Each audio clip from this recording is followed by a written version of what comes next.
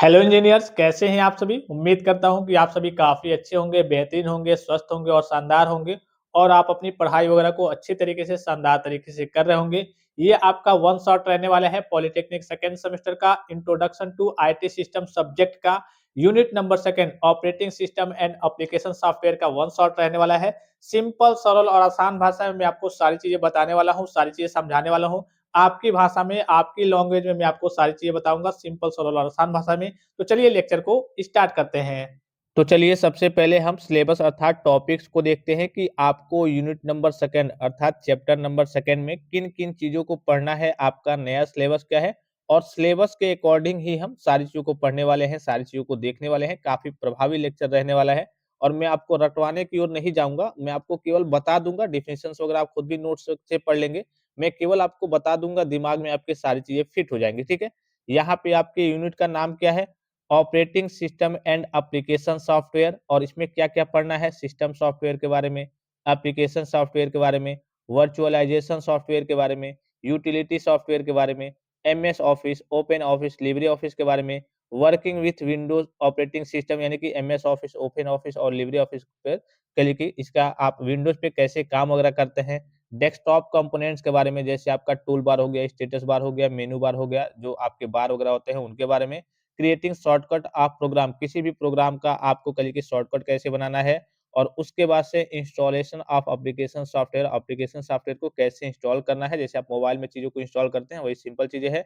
उसके बाद से आपको एंटीवायरस एंड ड्राइवर्स के बारे में पढ़ना है, ठीक है?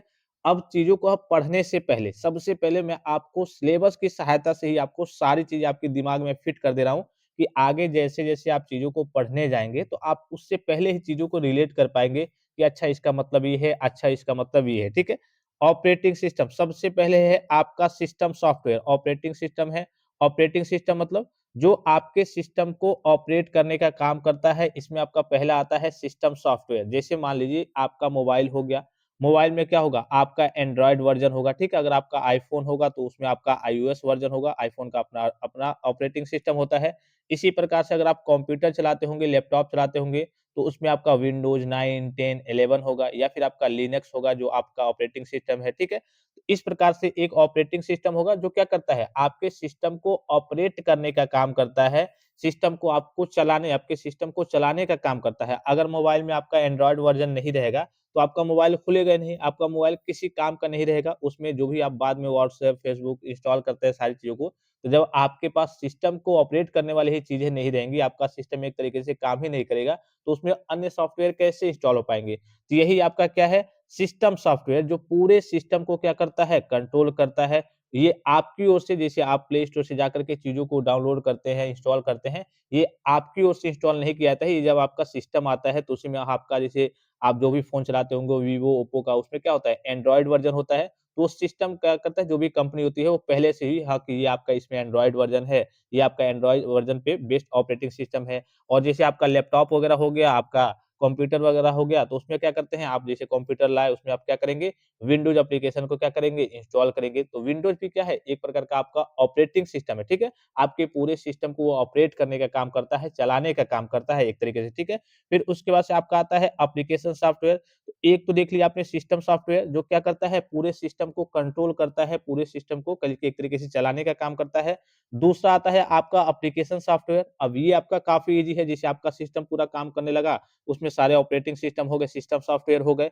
अब एप्लीकेशन सॉफ्टवेयर जो आप सॉफ्टवेयर यूज़ करते हैं अपने उद्देश्य के लिए, जैसे मुझे व्हाट्सएप चलाना है तो मैं व्हाट्सएप इंस्टॉल करके यूज़ करूँगा, मुझे फेसबुक चलाना है, मुझे इंस्टाग्राम चलाना है, तो जो भी मुझे चाहिए मेरे उद्देश्य के हिसाब से मुझे जिस भी चीज़ का कहीं उपयोग करना है, उसको चलाना है, मैं उसको इंस्टॉल करके चलाऊँगा। इसी प्रकार से आपको ऑफ़िस में काम करना है तो आप एमएस ऑफ़िस का उपयोग करेंगे, लिब्रे ऑफ़िस का, ओपन ऑफ़िस का, बहुत सारे सॉफ्टवेयर होते हैं। तो जिस भी चीज़ का जैसे आपको गेम खेलना है, तो गेम वाला एप्लीकेशन आप क्या करेंगे, फ्री फायर, पबजी वगैरह क्या करेंगे, प्ले स्टोर से डाउनलोड करके जाकर के उसपे गेम वगैरह खेलेंगे। तो जो भी आपके उद्देश्य के लिए सॉफ्टवेयर वगैरह होते हैं, वही क्या कहलाते हैं, आपके एप्लीकेशन सॉफ्टवेयर कहलाते हैं। अर्थात कहिए कि आप अपने उद्देश्य के लिए जो भी सॉफ्टवेयर का यूज़ करते हैं, व्हाट्सएप हो, फेसबुक हो, एमएस ऑफिस हो, ओपन ऑफिस हो, लिब्रे ऑफिस हो, ये सारे क्या है आपके एप्लीकेशन सॉफ्टवेयर हैं। फिर आपका आता है वर्चुअलाइजेशन सॉफ्टवेयर। ये क्या होता है? ये एक प्रकार का सॉफ्टवेयर है, जो जैसे मान लीजिए सपोज़ करिए कि आपने मोबाइल में देखा होगा, एक क्लोन का ऑप्शन आता होगा। क्या आता होगा? आप सेटिंग में जाएँगे, सर्च करेंगे, एक क्लोन का ऑप्शन आता होगा अगर आपके पास नया फ़ोन वगैरह होगा तो। तो इसमें क्या होता है आपके पास एक व्हाट्सएप चाहे मान लीजिए कि एक व्हाट्सएप चाहे फ़ेसबुक है आपके पास, ठीक है? ऑलरेडी एक व्हाट्सएप या फिर फ़ेसबुक है, तो इसको मान लीजिए कि एक मोबाइल में एक ही व्हाट्सएप चलता है, तो इससे क्या कर सकते हैं क्लोन पे जाएँगे तो आप क्या करेंगे व्हाट्सएप को 2 कर लेंगे, एक आपका क्लोन में रहेगा, एक आपका इसमें रहेगा। अब इसमें आप दूसरे मोबाइल नंबर से लॉगिन करके एक व्हाट्सएप चलाइए, इसमें आप दूसरे नंबर से लॉगिन करके एक व्हाट्सएप चलाइए, अर्थात एक ही मोबाइल में 2 व्हाट्सएप क्या कर सकते हैं, आप यूज़ कर सकते हैं। सेम वही काम आपका वर्चुअलाइज़ेशन सॉफ्टवेयर क्या होता है, ये क्या करता है, एक ही सिस्टम में 2-3 प्रकार के ऑपरेटिंग सिस्टम पे क्या कर सकते हैं, आप ऑपरेट करके एक तरीके से चला सकते हैं, ठीक है? सेम यही काम करता है आपका वर्चुअलाइज़ेशन सॉफ्टवेयर जो है, वो सेम यही काम करता है कि भाई आपके पास एक पीसी है, कंप्यूटर, सीपीयू एक ही चीज़ है, ठीक है? इसमें आपको 2 ऑपरेटिंग या फिर 3 ऑपरेटिंग सिस्टम आपको विंडोज़ पे भी काम करना है, लिनक्स ऑपरेटिंग सिस्टम पे भी काम करना है। तो इस केस में क्या करेंगे, आपका वर्चुअलाइज़ेशन सॉफ्टवेयर है, तो इस पे काम करेंगे। आप विंडोज़ पे काम कर रहे हैं, फिर उसको रिमूव करके आप उसके बाद से लिनक्स पे काम कर रहे हैं, ठीक है? मतलब एक ही सॉफ्टवेयर की सहायता से वर्चुअलाइज़ेशन सॉफ्टवेयर की सहायता से एक ही सिस्टम में करिए कि आप कई प्रकार के सॉफ्टवेयर का ऑपरेटिंग सिस्टम सॉफ्टवेयर का या फिर जिस भी प्रकार का सॉफ्टवेयर का आपको उपयोग करना है, उसका उपयोग कर सकते हैं। यही आपका क्या कहलाता है, वर्चुअलाइज़ेशन सॉफ्टवेयर कहलाता है। एक प्रकार का सॉफ्टवेयर है जो क्या करता है, आपके एक ही सिस्टम पे कई प्रकार के जो सॉफ्टवेयर होते हैं, कई प्रकार के ऑपरेटिंग सिस्टम होते हैं, उन पे काम करने की अनुमति देता है। जैसे मैंने अभी आपको सरल एग्ज़ाम्पल के साथ बताया, मोबाइल का एक साधारण सा एग्ज़ाम्पल लिया कि आप अपने सेटिंग में जाएँगे, वहाँ पे क्लोन सर्च करेंगे, क्लोन में आपके कई सारे एप्लीकेशंस आएँगे, तो उनको क्या कर सकते हैं, आप डबल-डबल करके अपने मोबाइल में चला सकते हैं। जैसे एक मोबाइल में नॉर्मली एक ही आपका व्हाट्सएप चलता है, एक ही आपका फेसबुक चलेगा, आप प्ले स्टोर से इंस्टॉल करने जाएँगे दोबारा तो कहेंगे नहीं आपने इंस्टॉल किया हुआ है, इसी को ओपन कीजिए, एक ही चलता है। तो क्लोन से क्या कर सकते हैं, आप चीज़ों को 2-2 कर सकते हैं, 2-2 करके चला सकते हैं। अर्थात एक ही मोबाइल में आपको 2 व्हाट्सएप चलाना है, 2 फेसबुक चलाना है, 2 इंस्टाग्राम चलाना है, सारे एप्लीकेशंस को 2-2 कर सकते हैं। सेम इसी प्रकार से आप कंप्यूटर वाले फील्ड में जाएँगे, तो वर्चुअलाइज़ेशन जो सॉफ्टवेयर होता है, आपके पास एक पीसी है अर्थात कंप्यूटर का सिस्टम है पूरा और इसमें आपको ऑपरेटिंग सिस्टम पे भी काम करना है, विंडोज़ अर्थात विंडोज़ पे भी काम करना है, लिनक्स पे भी काम करना है, कई सारे ऑपरेटिंग सिस्टम पे काम करना है। तो वर्चुअलाइज़ेशन सॉफ्टवेयर क्या करता है, इसी की अनुमति देता है कि हाँ, आप इस पे भी काम कर सकते हैं, इस पे भी काम कर सकते हैं। अर्थात अर्थात एक ही सिस्टम पे आप कई प्रकार के ऑपरेटिंग सॉफ्टवेयर का अर्थात सिस्टम सॉफ्टवेयर का उपयोग कर सकते हैं। विंडोज़ हो, लिनक्स हो या फिर जिस भी प्रकार का आप सॉफ्टवेयर का उपयोग करना चाहते हैं, उसका उपयोग कर सकते हैं। यही आपका क्या कहलाता है, वर्चुअलाइज़ेशन सॉफ्टवेयर कहलाता है, ठीक है?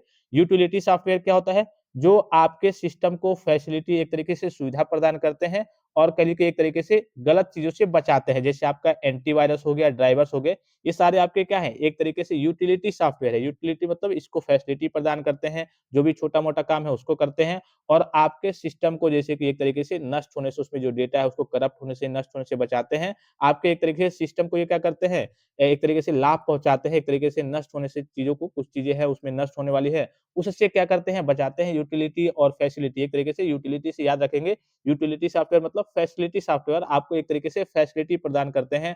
आपकी जो भी चीज़ें मान लीजिए कि फाइल वगैरह है, तो वो थोड़ा-सा करप्ट ना हो जाए, तो उसके लिए क्या करते हैं आप एंटीवायरस जो वायरस वगैरह होते हैं, उनसे बचने के लिए एक आता है आपका एंटीवायरस, तो एंटीवायरस आप इंस्टॉल करते हैं, ठीक है? तो यही आपके क्या कहलाते हैं, यूटिलिटी सॉफ्टवेयर कहलाते हैं, जो आपको एक तरीके से फैसिलिटी प्रदान करते हैं, ठीक है?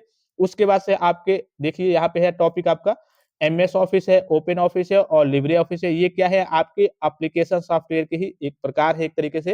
एप्लीकेशन सॉफ्टवेयर मतलब जो आप विशिष्ट उद्देश्य के लिए सॉफ्टवेयर का उपयोग करते हैं। जैसे मैंने बताया कि WhatsApp, Facebook, Instagram, MS Office, Open Office, Libre Office. अब MS Office, Open Office, Libre Office ये आपके सिलेबस में क्यों है? भाई आपको व्हाट्सएप, फेसबुक और इंस्टाग्राम आपको ये तो आपको सिलेबस में ये तो नॉर्मल चीज़ें हैं, आप यूज़ कर रहे हैं या फिर कहिए कि एक तरीके से जानते हैं इसके बारे में।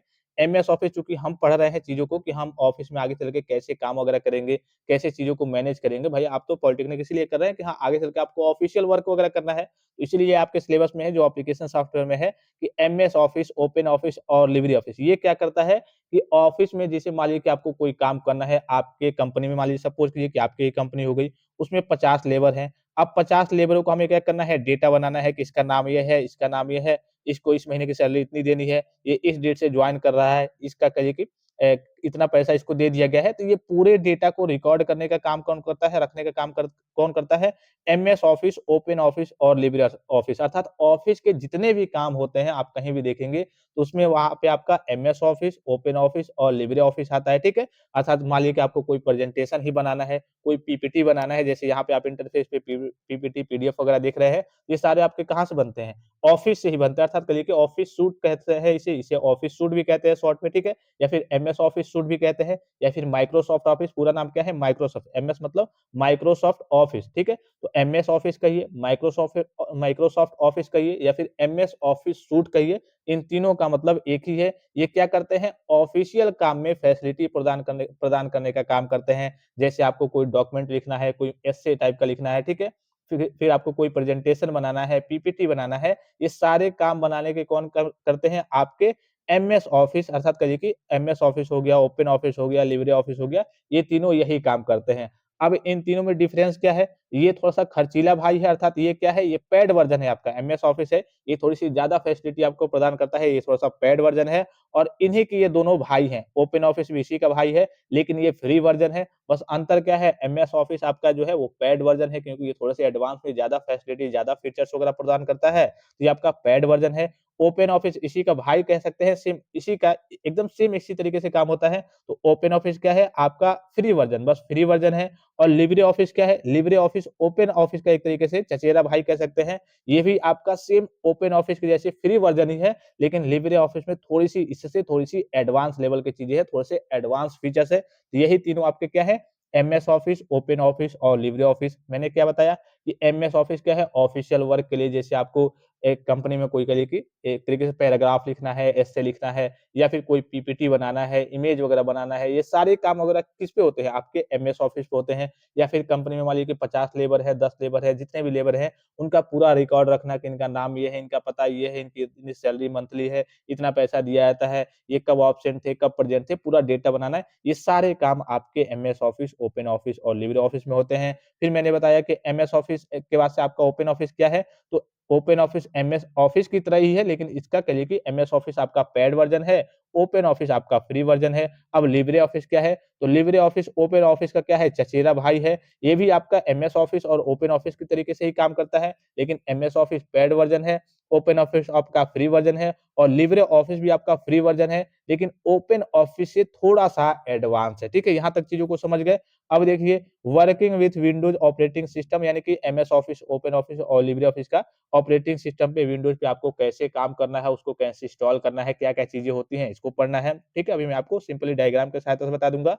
फिर डेस्कटॉप कंपोनेंट, उसके डेस्कटॉप पे जैसे आपका इंटरफ़ेस ओपन होता है, तो यहाँ पे आपने देखा होगा कई सारे आइकन होते हैं, यहाँ पे क्रॉस का चिन्ह होता है, यहाँ पे इस प्रकार का चिन्ह होता है। तो इसी को हम कहते हैं डेस्कटॉप कंपोनेंट्स, जैसे menu bar, title bar, status bar, tool bar, scrolling bar, ये क्या-क्या होते हैं, बस आपको डायग्राम की सहायता से मैं समझा दूँगा, आप खुद भी चीज़ों को लिख पाएँगे एकदम सिंपल भाषा में, ठीक है? तो ये चीज़ आप समझ गए। फिर उसके बाद से क्रिएटिंग शॉर्टकट ऑफ प्रोग्राम, कोई भी प्रोग्राम हो गया, तो उसका शॉर्टकट आपको कैसे बनाना है, बड़ा ही सिंपल सा तरीका है, ठीक है? आपको बस स्टेप लिख देना है, अभी मैं आपको बताऊँगा।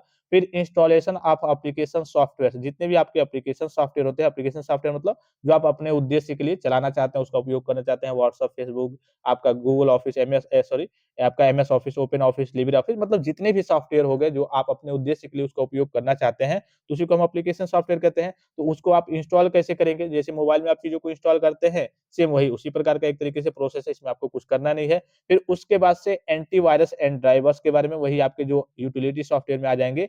एंटीवायरस एंड ड्राइवर्स, ये क्या होते हैं? तो एंटीवायरस क्या होता है? वायरस से लड़ने का काम करता है, आपके सिस्टम को एक तरीके से हैक होने से बचाने का काम करता है। एंटीवायरस, वायरस मतलब क्या होता है? आपने सुना भी होगा, मैंने आपको फर्स्ट चैप्टर में भी पढ़ाया था, लास्ट वाले जब मैंने आपको वन शॉट लिया था, लास्ट वाले चैप्टर का यूनिट नंबर 5 का मैंने वन शॉट लिया है, तो उसमें मैंने आपको पढ़ाया था। एंटीवायरस क्या होता है? जैसे आपने पढ़ा होगा एंटी करप्शन ब्यूरो या फिर कहिए कि एंटी पार्टी, तो जो भी पार्टी होती है उसके विरुद्ध में कहिए कि उसके ऑपोज़िशन में रहता है, वो आपका एंटी पार्टी हो गया।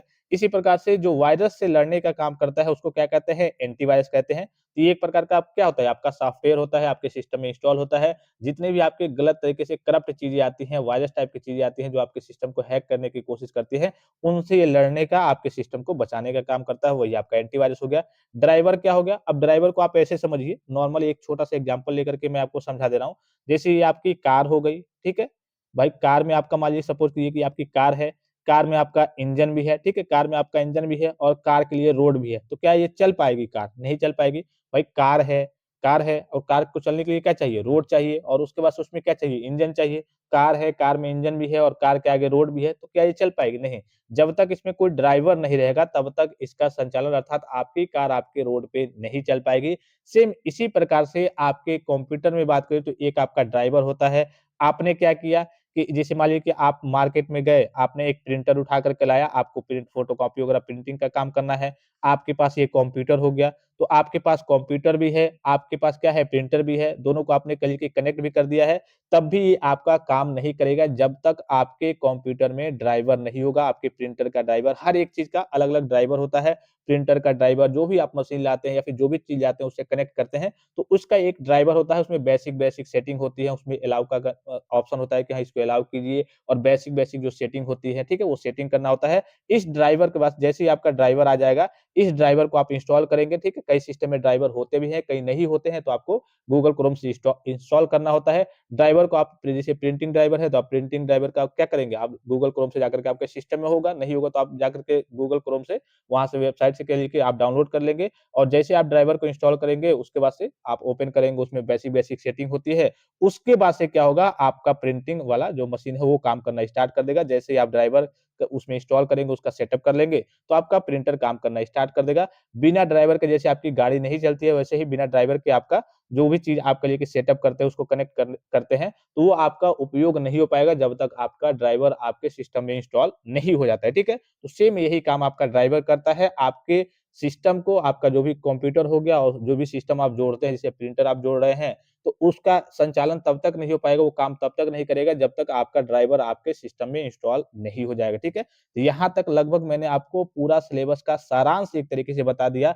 अब जब आप चीज़ों को आगे पढ़ेंगे तो आपके सामने आसानी होगी कि भाई हम सारी चीज़ें जान गए, अब बस हमको देखते चलना है, पढ़ते चलना है और किस हिसाब से पढ़ना है, हम सिलेबस के अकॉर्डिंग ही सारी चीज़ों को देखेंगे, system software, application software, virtualisation software, utility software, MS Office, Open office और लिब्रे ऑफिस। इसमें बस आपको इस चैप्टर में एमएस ऑफिस, ओपन ऑफिस और लिब्रे ऑफिस के बारे में हल्का-सा देखना है। नेक्स्ट आपका यूनिट इसी के बारे में डिटेल में रहने वाला है, ठीक है? तो लगभग-लगभग इसमें मैं जो आपको चीज़ें पढ़ा दे रहा हूँ, वो आपका आगे काम ही आएगा क्योंकि उसमें आपको थोड़ा ही पढ़ना पड़ेगा। बस आपको इसमें कुछ चीज़ें पढ़ा दे रहा हूँ, कुछ चीज़ें उसमें पढ़ा दूँगा। इसमें बस नॉर्मली आपको बेसिकली ऊपर-ऊपर देखना है। मेन आपका इसी का आपका अलग चैप्टर ही है एक, ठीक है? MS Office, Open Office, Libre office एक अलग चैप्टर ही है आपका। चैप्टर नंबर जो यूनिट नंबर जिसे 3rd कह लीजिए या फिर चैप्टर नंबर 3rd कह लीजिए, तो उसको विशेष करके इसमें बस आपको दे दिया गया है कि हाँ, ये क्या-क्या चीज़ें होती हैं। ये एप्लीकेशन सॉफ्टवेयर है, तो क्या-क्या चीज़ें होती हैं, किसके उपयोग में लाई जाती हैं और उसके बाद से कैसे मतलब उसपे काम करना है और डेस्कटॉप के कंपोनेंट्स क्या है, टूल बार, स्टेटस बार, मेनू बार और शॉर्टकट किसी भी प्रोग्राम का शॉर्टकट कैसे बनाना है, इंस्टॉल कैसे करना है एप्लीकेशन सॉफ्टवेयर को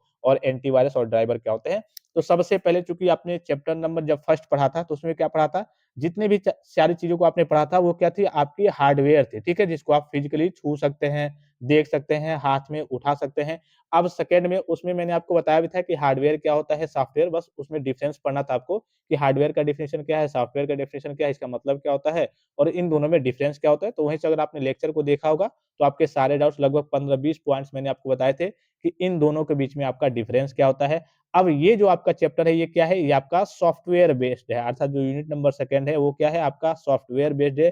पूरी चीज़ें इसमें क्या रहेंगी? सॉफ्टवेयर वाली चीज़ें रहेंगी। पहले आपने पूरा पूरा पढ़ा, पूरा हार्डवेयर वाली चीज़ें थी कि हाँ, आपका input device, output device, mouse, keyboard, monitor, CPU, printer, आपके स्टोरेज डिवाइसेज़ वगैरह हो गए, ठीक है? एचडीडी वगैरह हो गया, एसडीडी वगैरह हो गया। इन सारी चीज़ों के बारे में पढ़ा था, तो वो सब आपके क्या थे? हार्डवेयर थे। हार्डवेयर क्या होते हैं? जिसको आप छू सकते हैं, देख सकते हैं, हाथ में ले सकते हैं। सॉफ्टवेयर क्या होते हैं? सॉफ्टवेयर को केवल आप देख सकते हैं, इसको ना ही आप छू सकते हैं और ना ही आप इसको हाथ में ले सकते हैं। ये एक प्रकार के क्या होते हैं? इंस्ट्रक्शंस प्रोग्राम किए गए होते हैं। सॉफ्टवेयर क्या होते हैं? प्रोग्राम किए गए होते हैं। इसमें निर्देश के लिए एक तरीके से फिट किया गया होता है और जो भी आप जिस भी उद्देश्य के लिए आप सॉफ्टवेयर होते हैं, तो जो भी जिस भी उद्देश्य के लिए बनाए जाते हैं, जैसे व्हाट्सएप है, तो उसमें कई के फीचर्स वगैरह डाले गए हैं कि हाँ, आप दूसरों को कहिए कि जो दूसरों के साथ चैट कर सकते हैं, दूसरों को कहिए कि मैसेज भेज सकते हैं, वीडियो कॉल कर सकते हैं, वॉइस कॉल कर सकते हैं। तो प्रोग्रामिंग उसमें की गई है कि हाँ, इसमें आप ये काम कर सकते हैं। तो सॉफ्टवेयर क्या होते हैं basically sets of program and instructions अर्थात कहिए कि निर्देशों और प्रोग्रामों का क्या होता है, इसमें एक समूह होता है। जिस भी प्रकार से इसमें प्रोग्रामिंग की गई है, सॉफ्टवेयर उसी प्रकार से आपका काम करता है। तो सबसे पहले हम शुरुआत करते हैं सॉफ्टवेयर के डेफिनिशन से ही।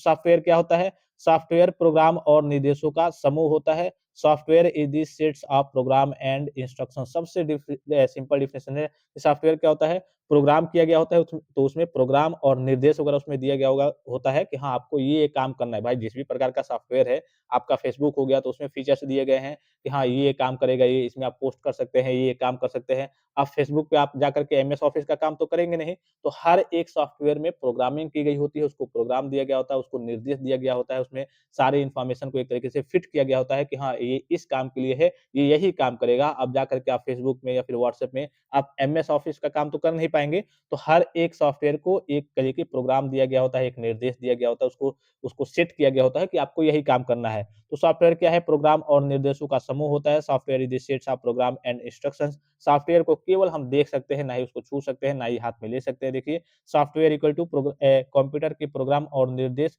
जो उसे बताते हैं कि क्या और कैसे करना है, क्या काम करना है और कैसे काम करना है, ये पूरा काम कौन बताते हैं? सॉफ्टवेयर ही बताते हैं, ठीक है? सरल भाषा में समझें, हार्डवेयर क्या होता है? कंप्यूटर का शरीर जिसे छू सकते हैं। सॉफ्टवेयर क्या होता है? कंप्यूटर का दिमाग जिसे छू नहीं सकते हैं, ठीक है? सॉफ्टवेयर क्या होता है? एक तरीके से कंप्यूटर का दिमाग है जो सारे संचालन का काम करता है, इसको हम छू नहीं सकते हैं। सॉफ्टवेयर कंप्यूटर प्रोग्राम निर्देशों और डेटा का वह समूह है जो कंप्यूटर हार्डवेयर को यह बताता है कि किस विशिष्ट कार्य को कैसे पूरा करना है, क्या काम करना है, उसको कैसे पूरा करना है।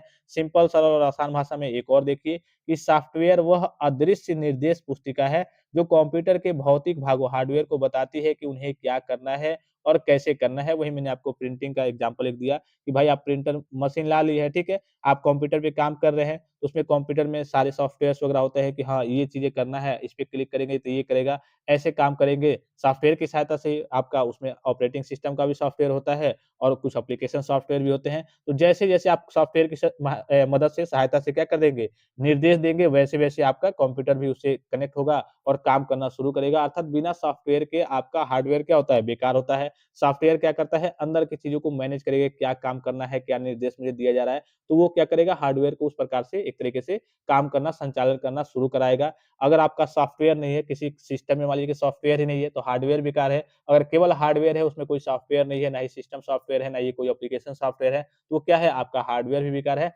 अर्थात दोनों की आवश्यकता पड़ती है। अगर आपके पास केवल हार्डवेयर है, तब भी आपके पास आपका मतलब सॉफ्टवेयर नहीं है, तब भी आपका सिस्टम बेकार है। अगर आपके पास केवल सॉफ्टवेयर है, हार्डवेयर ही नहीं है, कोई मैकेनिकल पार्ट्स ही नहीं है, तब भी आपका कोई काम नहीं हो पाएगा। तो दोनों की एकदम कली के एक तरीके से बराबर ज़रूरत है। अगर दोनों में से कोई एक नहीं है, तब भी आपका सिस्टम काम नहीं करेगा। उदाहरण के लिए देख लीजिए, आपका सॉफ्टवेयर विंडोज़ ऑपरेटिंग सिस्टम हो गया, एमएस वर्ड हो गया, व्हाट्सएप एप्लीकेशन हो गया, कोई भी कंप्यूटर गेम वगैरह हो गया, मतलब ये सारे क्या है, आपके सॉफ्टवेयर है। अब बहुत ज़्यादा आपको बताने की ज़रूरत नहीं है। अब चलिए सॉफ्टवेयर समझ गए, अब चलिए आपके सिलेबस पे आते हैं।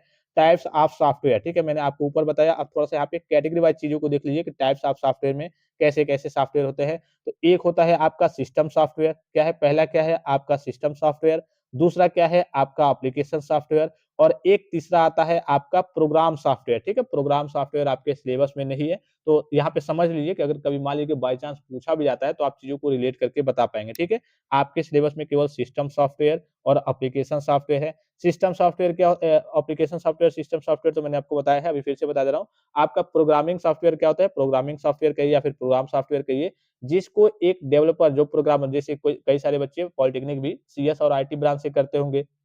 कई सारे बच्चे बीटेक करते हैं, तो प्रोग्रामिंग वगैरह सीखते हैं, डेवलपर वगैरह का काम करते हैं और आगे चल के एप्लीकेशन जैसे आपका व्हाट्सएप बना है, जैसे मेरा एप्लीकेशन है पॉली वाला टेक्निक, तो ये क्या करते हैं उसको बनाने का काम करते हैं। अब बनेगा कैसे? तो डेवलपर क्या करते हैं एक तरीके से डेवलपर उसमें प्रोग्रामिंग करते हैं, उसमें चीज़ों को सेट करते हैं कोडिंग की सहायता से, ठीक है? ये नॉर्मल बच्चे नहीं समझेंगे, जो सीरियस आईटी वाले बच्चे हैं वही रिलेट कर पाएँगे। उसमें कोडिंग करनी होती है एक-एक करके, प्रोग्रामिंग करनी होती है उसको, ठीक है? तो जिसको प्रोग्रामिंग करके जो नए-नए एप्लीकेशन सॉफ्टवेयर बनाए जाते हैं, वही आपके क्या कहलाते हैं प्रोग्रामिंग सॉफ्टवेयर कहलाते हैं। सिंपल-सिंपल चीज़ है, ठीक है? तो वो आपके सिलेबस में प्रोग्रामिंग सॉफ्टवेयर आपके सिलेबस में कहीं मेंशन नहीं किया गया है, केवल सिस्टम सॉफ्टवेयर और एप्लीकेशन सॉफ्टवेयर। तो प्रोग्रामिंग सॉफ्टवेयर बेसिकली आप समझ गए हैं कि आपको किसी भी उद्देश्य के लिए कोई मान लीजिए कि आपको सॉफ्टवेयर बनाना है, जैसे मेरा कहिए कि सॉफ्टवेयर एप्लीकेशन है मतलब एक तरीके से एप्लीकेशन है, पॉली वाला टेक्निक इसको बनाया गया है, तो इसको क्या किया गया है, इसमें पहले डेवलपर क्या किए हैं, प्रोग्रामिंग किए हैं, कोडिंग किए हैं, उसके बाद से क्या हुआ है, उसको निर्देश दिया गया है कि हाँ, ये काम करना है, एक तरीके से प्रोग्रामिंग करना, ठीक है? और कोडिंग करना, तो उसके बाद से ये सॉफ्टवेयर जाकर के अपना कल के एक तरीके से एप्लीकेशन जाकर के तैयार हुआ है।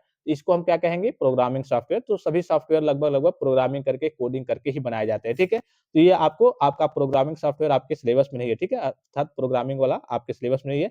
मेन आपको पढ़ना क्या है? System software, application software. तो सिस्टम सॉफ्टवेयर में वही मैंने बताया कि आपका ऑपरेटिंग सिस्टम हो जाएगा, ऑपरेटिंग सिस्टम सॉफ्टवेयर कह लीजिए, कि जो आपके सिस्टम को ऑपरेट करने का काम करते हैं। जैसे कंप्यूटर में बात करें, तो आपका विंडोज़ हो गया, लिनक्स हो गया, ठीक है? आपका मैक ओएस हो गया, आपके आईफ़ोन वगैरह के लिए, एप्पल के लिए, ठीक है? इसी प्रकार से मोबाइल में बात करें ऑपरेटिंग सिस्टम की, तो आपका एंड्रॉयड वर्ज़न हो गया, आईफ़ोन के लिए अपना आईओएस हो गया, आईओएस मतलब आईफ़ोन का अपना ऑपरेटिंग सिस्टम होता है, ठीक है? ये आपका क्या होता है, जो सिस्टम को एकदम एक तरीके से शुरू में ही चलाने का काम करते हैं। बिना ऑपरेटिंग सिस्टम के आपका सिस्टम एक तरीके से काम ही नहीं करेगा।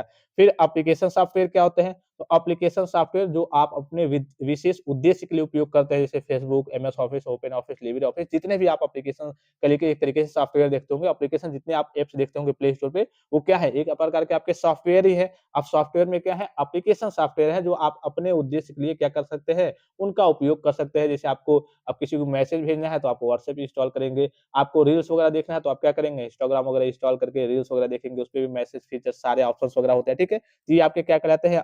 आपके एप्लीकेशन सॉफ्टवेयर कहलाते हैं। अब आप आएँगे सिस्टम सॉफ्टवेयर में, तो सिस्टम सॉफ्टवेयर में वही आपका ऑपरेटिंग सिस्टम हो गया, जो विंडोज़ हो गया, एंड्रॉयड हो गया, लिनक्स हो गया, डिवाइस और ड्राइवर्स हो गया। डिवाइस और ड्राइवर्स में मैंने आपको बताया था, डिवाइस ड्राइवर जिसे कहते हैं, ये क्या होते हैं? जैसे प्रिंटर ड्राइवर हो गया, ग्राफिक्स ड्राइवर हो गया, नेटवर्क ड्राइवर्स हो गया। मैंने आपको बताया था ड्राइवर के बारे में कि हर एक चीज़ को अगर आप कह लीजिए कि प्रिंटर अपने कह लीजिए कंप्यूटर से कनेक्ट कर रहे हैं, तो उसके लिए आपके पास आपके कंप्यूटर में ड्राइवर इसका प्रिंटर का ड्राइवर इंस्टॉल होना चाहिए। तो हर एक चीज़ का उसको चलाने के लिए एक अपना ड्राइवर चाहिए, जैसे गाड़ी को चलाने के लिए एक ड्राइवर चाहिए होता है, इसी प्रकार से हर एक चीज़ को प्रिंटर आप सेट कर रहे हैं या फिर कोई और मशीन आप सेट कर रहे हैं, तो उसका ड्राइवर आपके कंप्यूटर में जो ड्राइवर एप्लीकेशन है, आपके कंप्यूटर में इंस्टॉल होना चाहिए, तभी वो काम कर पाएगा। तो ये क्या करते हैं, इसी को हम क्या कहते हैं, ड्राइवर कहते हैं। अर्थात करिए कि आपका जो भी हार्डवेयर, नया हार्डवेयर आपने लाया, मशीन लाया और आपके कंप्यूटर के बीच में उसको जोड़ने का काम करते हैं, उसको संचालन एक तरीके से तभी आपका संचालन कंप्लीट हो पाएगा, जब उन दोनों को आप जोड़ेंगे, आप अपने कहिए कि सिस्टम में ड्राइवर को इंस्टॉल करेंगे और उससे चीज़ों को कनेक्ट करेंगे, तभी आपका कहिए कि दूसरा जो सिस्टम आप प्रिंटर लाए हैं या फिर जो भी मशीन लाए हैं, वो काम करना स्टार्ट करेगा। तो यही आपका ड्राइवर होता है, डिवाइस ड्राइवर जिसे कहते हैं या फिर ड्राइवर भी कहते हैं, ठीक है? फिर यूटिलिटी प्रोग्राम्स वगैरह हो गया, ठीक है? इसके बारे में मैंने आपको बताया था, यूटिलिटी सॉफ्टवेयर भी कह सकते हैं। फिर आपका फर्मवेयर हो गया, फर्मवेयर क्या होता है यहाँ पे थोड़ा-सा समझ लीजिए, ये आपके जो मदरबोर्ड होता है, ठीक है? उसी में आपका पहले से ही कुछ सॉफ्टवेयर वगैरह इंस्टॉल होकर के आता है, अर्थात सॉफ्टवेयर उसमें पहले से ही एक तरीके से हार्डवेयर और सॉफ्टवेयर के रूप में पहले से ये चीज़ें क्या कर दी जाती है, फिट कर दी जाती है कि नहीं ये आपके सिस्टम में रहेगा ही रहेगा। जैसे बेसिक इनपुट आउटपुट सिस्टम हो गया, यूईएफआई हो गया, ठीक है? राउटर फर्मवेयर हो गया, एम्बेडेड फर्मवेयर हो गया, कई सारे सॉफ्टवेयर होते हैं, वो पहले से ही आपके एक तरीके से हार्डवेयर के रूप में आपके हार्डवेयर में कह लीजिए एक तरीके से चिप के रूप में अटैच कर दिए जाते हैं। उसको एक तरीके से आपके सिस्टम में हमेशा के लिए रख दिए जाते हैं कि ये आपका पहले से एक तरीके से इंस्टॉलेशन कर लीजिए कि हाँ, हार्डवेयर के रूप में ही पहले से उसको इंस्टॉल कर दिया जाता है। उसको आप मतलब हटा नहीं सकते हैं। एम्बेडेड मतलब क्या होता है? फर्मवेयर मतलब वो आपके मदरबोर्ड में आपके सिस्टम में पहले से एक तरीके से सॉफ्टवेयर होता है, उसको आप हटा नहीं सकते हैं। इसको हम क्या कहते हैं? फर्मवेयर कहते हैं, ठीक है? अब आगे चलते हैं, एक-एक चीज़ों का डेफिनिशन देखते हैं। एप्लीकेशन सॉफ्टवेयर में देखिए कई प्रकार के टाइप्स आ जाएँगे, प्रोडक्टिविटी सॉफ्टवेयर हो गया, ठीक है? उसके बाद से आपका क्रिएटिव सॉफ्टवेयर हो गया, बिज़नेस सॉफ्टवेयर हो गया, बिज़नेस के उद्देश्य के लिए, सिक्योरिटी सॉफ्टवेयर हो गया, ठीक है? ये कई सारे सॉफ्टवेयर होते हैं। आप अपने उद्देश्य के लिए जो कह लीजिए कि आप उपयोग करते हैं, वही आपके क्या कहलाएँगे? आपके करिए कि एप्लीकेशन सॉफ्टवेयर कहलाएँगे। अब इसमें हम आते हैं आपको अब एक-एक चीज़ों को पढ़ते हैं। सबसे पहले सॉफ्टवेयर के प्रकार, यहाँ पे देखिए सिस्टम सॉफ्टवेयर। अब सिस्टम सॉफ्टवेयर में क्या है? ऑपरेटिंग सिस्टम जैसे डिवाइस और ड्राइवर्स हो गया, ठीक है? उसके सिस्टम सॉफ्टवेयर में देखिए प्रकार ऑपरेटिंग सिस्टम हो गया, फिर डिवाइस और ड्राइवर हो गया, फिर आपका यूटिलिटी सॉफ्टवेयर हो गया। तो ये दोनों जो चीज़ें हैं आपका डिवाइस और ड्राइवर हो गया और यूटिलिटी सॉफ्टवेयर हो गया। ये एप्लीकेशन में भी एप्लीकेशन के जैसे एप्लीकेशन सॉफ्टवेयर हो गया, उसमें भी टाइप्स में आ सकते हैं। लेकिन क्यों ये आपके कह लीजिए कि सिस्टम सॉफ्टवेयर में आते हैं, अर्थात कह लीजिए कि आपके सिस्टम सॉफ्टवेयर के अंतर्गत आते हैं, क्योंकि इनके बिना जैसे आप किसी डिवाइस से, किसी कंप्यूटर से, किसी प्रिंटर को जोड़ रहे हैं, तो इनके बिना इनका कह लीजिए कि कनेक्टिविटी इनकी हो ही नहीं पाएगी। तो इसीलिए ये आपके सिस्टम सॉफ्टवेयर के अंतर्गत ही आते हैं। एक तो हो गया आपका ऑपरेटिंग सिस्टम, जो आपके सिस्टम को ऑपरेट करने का काम करते हैं, विंडोज़, एंड्रॉयड, लिनक्स वगैरह। और एक हो गया आपके डिवाइस और ड्राइवर्स, जो दूसरा आप सिस्टम कह लीजिए कि जब अटैच करते हैं, जोड़ने का, कनेक्ट करने का काम करते हैं, तो बिना आपके ड्राइवर्स के आपका सिस्टम काम नहीं करेगा। और एक हो गए आपके यूटिलिटी सॉफ्टवेयर, जो कि पहले से ही कई कंप्यूटर में देखेंगे तो आप पहले से उसमें एंटीवायरस वगैरह, विंडोज़ डिफेंडर वगैरह होते हैं कि वायरस से लड़ने का काम करते हैं। ये आपके सिस्टम में ही कई सारी चीज़ें पहले से होती है, किसी-किसी में होती हैं, किसी में नहीं होती हैं। तो इसीलिए ये सिस्टम सॉफ्टवेयर के अंतर्गत ही आते हैं, ठीक है? फिर आपका एप्लीकेशन सॉफ्टवेयर दूसरा हो गया। अब एप्लीकेशन सॉफ्टवेयर में आपको बताने की ज़रूरत नहीं है, जितने भी मल्टीमीडिया सॉफ्टवेयर हो गए, जितने भी सॉफ्टवेयर हो गए, वेब ब्राउज़र, कंप्यूटर एप्लीकेशन, ठीक है? आपका ग्राफिक डिज़ाइनिंग का सॉफ्टवेयर हो गया, डेटाबेस सॉफ्टवेयर हो गया, आपका एजुकेशनल सॉफ्टवेयर हो गया, बिज़नेस सॉफ्टवेयर हो गया, गेम्स हो गया, ये सारे आपके एप्लीकेशन सॉफ्टवेयर में आते हैं। अर्थात जितना इधर छोड़ दीजिए ऑपरेटिंग सिस्टम वगैरह, सिस्टम सॉफ्टवेयर वगैरह, जैसे मान लीजिए कि आपका विंडोज़ हो गया, लिनक्स हो गया, एंड्रॉयड हो गया मोबाइल के लिए, ठीक है? आईओएस हो गया, इसको छोड़ दीजिए। इसके बाद से जितने सॉफ्टवेयर आप प्ले स्टोर पे देखते हैं, विशेष उद्देश्य के लिए आप उपयोग करते हैं, वो आपके क्या हो जाएँगे? आपके एप्लीकेशन सॉफ्टवेयर हो जाएँगे। फिर थोड़ा-सा आगे बढ़ते हैं, इनको डिटेल में देखते हैं। अब सिस्टम सॉफ्टवेयर कहते हैं किसे है? तो क्या है? कंप्यूटर हार्डवेयर को चलाने और मैनेज करने वाला सॉफ्टवेयर। काम क्या है? हार्डवेयर और यूज़र के बीच में इंटरफ़ेस का काम करना। सिस्टम सॉफ्टवेयर क्या करते हैं? आपके हार्डवेयर अर्थात कह लीजिए कि आपके सिस्टम को चलाने का काम करते हैं और मैनेज करने का काम करते हैं। तो ये जो सॉफ्टवेयर होते हैं, आपके क्या होते हैं? सिस्टम सॉफ्टवेयर होते हैं। अब सिस्टम सॉफ्टवेयर के प्रकार में आएँगे, तो आपका ऑपरेटिंग सिस्टम हो गया। कंप्यूटर का मुख्य सॉफ्टवेयर होता है ऑपरेटिंग सिस्टम मतलब ऑपरेटिंग सिस्टम सॉफ्टवेयर। तो कंप्यूटर का मुख्य सॉफ्टवेयर होता है जो आपके सिस्टम को एक तरीके से आपके कंप्यूटर को या फिर मोबाइल हो गया तो मोबाइल को चलाने का काम करता है। उदाहरण के लिए विंडोज़ हो गया, विंडोज़ के कई सारे वर्ज़न हैं, 10, 11 कई सारे वर्ज़न हैं। मैक ओएस हो गया आपका, लिनक्स हो गया, ठीक है? फिर आपका एंड्रॉयड हो गया, फिर आपका आईओएस हो गया, ये मोबाइल के लिए है आपका एंड्रॉयड और आईओएस ये सारे आपके कंप्यूटर के लिए है। ये क्या करते हैं? आपके सिस्टम को चलाने का काम करते हैं, ऑपरेट करने का काम करते हैं। इनके बिना आपका सिस्टम एक तरीके से काम ही नहीं करेगा, चल ही नहीं पाएगा। अगर आपके फ़ोन में एंड्रॉयड वर्ज़न नहीं है या फिर आईओएस वर्ज़न नहीं है, तो आपका फ़ोन एक तरीके से काम ही नहीं करेगा। कि जब ऑपरेटिंग सिस्टम कोई चीज़ ऑपरेट करने के लिए चाहिए, कोई भी सामान हो गया उसको ऑपरेट करने के लिए चाहिए, जब ऑपरेट करने वाला नहीं रहेगा तो चीज़ काम ही नहीं करेगा। इसी प्रकार से आपका जो ऑपरेटिंग सिस्टम सॉफ्टवेयर है, अगर ये आपके सिस्टम में नहीं रहता है, तो आपका सिस्टम वर्क नहीं कर पाएगा, ठीक है? आपको ये अगर आपको कहिए को यूज़ करना है सिस्टम को, तो ये ऑपरेटिंग सिस्टम आपके में चाहिए ही चाहिए। फिर आपका डिवाइस और ड्राइवर्स हो गया, तो डिवाइस और ड्राइवर्स में क्या होता है आपका प्रिंटर ड्राइवर हो गया, ग्राफिक्स कार्ड ड्राइवर हो गया, वाई-फाई ड्राइवर हो गया, हर एक चीज़ के लिए अपना-अपना ड्राइवर होता है, ऊपर मैंने अभी आपको बताया। फिर यूटिलिटी सॉफ्टवेयर हो गया जो कंप्यूटर को मेंटेन और ऑप्टिमाइज़ करने का एक तरीके से काम करते हैं, जैसे आपका एंटीवायरस हो गया, डिस्क क्लीनअप टूल हो गया, आपका विंडो ज़िप हो गया, फाइल कंप्रेशन हो गया, फिर आपका बैकअप सॉफ्टवेयर हो गया। ये सारे क्या है आपके यूटिलिटी सॉफ्टवेयर मतलब कि एक तरीके से फैसिलिटी सॉफ्टवेयर जिसे कह सकते हैं कि आपको वायरस से बचाते हैं, ठीक है? आपके डेस्कटॉप डिस्क को कली के क्लीन रखते हैं, ठीक है? आपके फ़ाइल को क्लीन रखते हैं, जैसे एग्ज़ाम्पल के लिए मैंने आपको एंटीवायरस भी कई सारे आते हैं। आपका विंडोज़ डिफेंडर हो गया, जो कि विंडोज़ में पहले से ही होता है। तो ये क्या करते हैं, आपके सिस्टम को कहिए कि एक तरीके से डेटा को करप्ट होने से, नष्ट होने से एक तरीके से बचाते हैं, ठीक है? आपका बैकअप सॉफ्टवेयर हो गया, बैकअप सॉफ्टवेयर में क्या रहेगा कि आपका बैकअप कहिए कि ऑटोमेटिक लगते रहेगा। कोई फ़ाइल आपका कहिए कि स्टोरेज से डिलीट भी हो गया, तो बैकअप के रूप में है, आप उसका बैकअप ले सकते हैं, अर्थात उसको आप फिर से प्राप्त कर सकते हैं। जैसे मोबाइल में भी आपने देखा होगा व्हाट्सएप में बैकअप का ऑप्शन आता है, ठीक है? कि आपका आपने बैकअप किया लिया हुआ है, तो अगर आपका मोबाइल फ़ॉर्मेट भी हो गया, तब भी आपकी सारी चीज़ें फिर से क्या हो जाएँगी, आपने फिर से कहिए कि मान लीजिए कि आपका मोबाइल गुम ही हो गया या फिर कहिए कि आपका मोबाइल एक तरीके से खराब हो गया, फिर दूसरे मोबाइल में आप जाएँगे, इंस्टॉल करेंगे, तो वही नंबर वगैरह अगर आप व्हाट्सएप में डालेंगे, वही सेम नंबर रहेगा आपका, तो वही सारी चीज़ें जो आपने मैसेज वगैरह व्हाट्सएप पे भेजा है, सारी मीडिया वगैरह, सारी डिटेल्स वगैरह, सारी चीज़ें वगैरह, वो ऑटोमेटिकली आपका बैकअप के रूप में आ जाएँगी। बस आपका बैकअप में जो भी आप ईमेल आईडी या फिर जो भी आपका नंबर है, वो आपका होना चाहिए, ठीक है? तो ये बैकअप भी ये सारे क्या है आपके यूटिलिटी सॉफ्टवेयर है जो आपको फैसिलिटी प्रदान करते हैं। फिर थोड़ा-सा आगे चलते हैं, अब एप्लीकेशन सॉफ्टवेयर में जाते हैं, एप्लीकेशन सॉफ्टवेयर का डेफिनिशन क्या है? तो यूज़र के विशिष्ट ज़रूरतें पूरा करने वाला सॉफ्टवेयर। काम क्या है? सीधे यूज़र को सेवा देना। काम क्या करता है? सीधे यूज़र को एक सेवा देता है, जिस भी प्रकार से उसको सेवा चाहिए तो उस प्रकार से हम सॉफ्टवेयर इंस्टॉल करेंगे, वो हमें उस प्रकार की सेवा देगा। तो यूज़र के विशिष्ट ज़रूरतों को पूरा करने वाले सॉफ्टवेयर को क्या कहते हैं हम? एप्लीकेशन सॉफ्टवेयर कहते हैं। एप्लीकेशन सॉफ्टवेयर के प्रकार में आपको बताना नहीं है, ऑफिस सूट हो गया, ऑफिस सूट में एमएस ऑफिस आ गया, ठीक है? गूगल वर्क स्पेस आ गया, जैसे आपका लिब्रे ऑफिस आ गया, ये सारे क्या है आपके ऑफिस सूट है, जो कि ऑफिस सूट मतलब ऑफिस के काम में उपयोग लाए जाते हैं, ठीक है?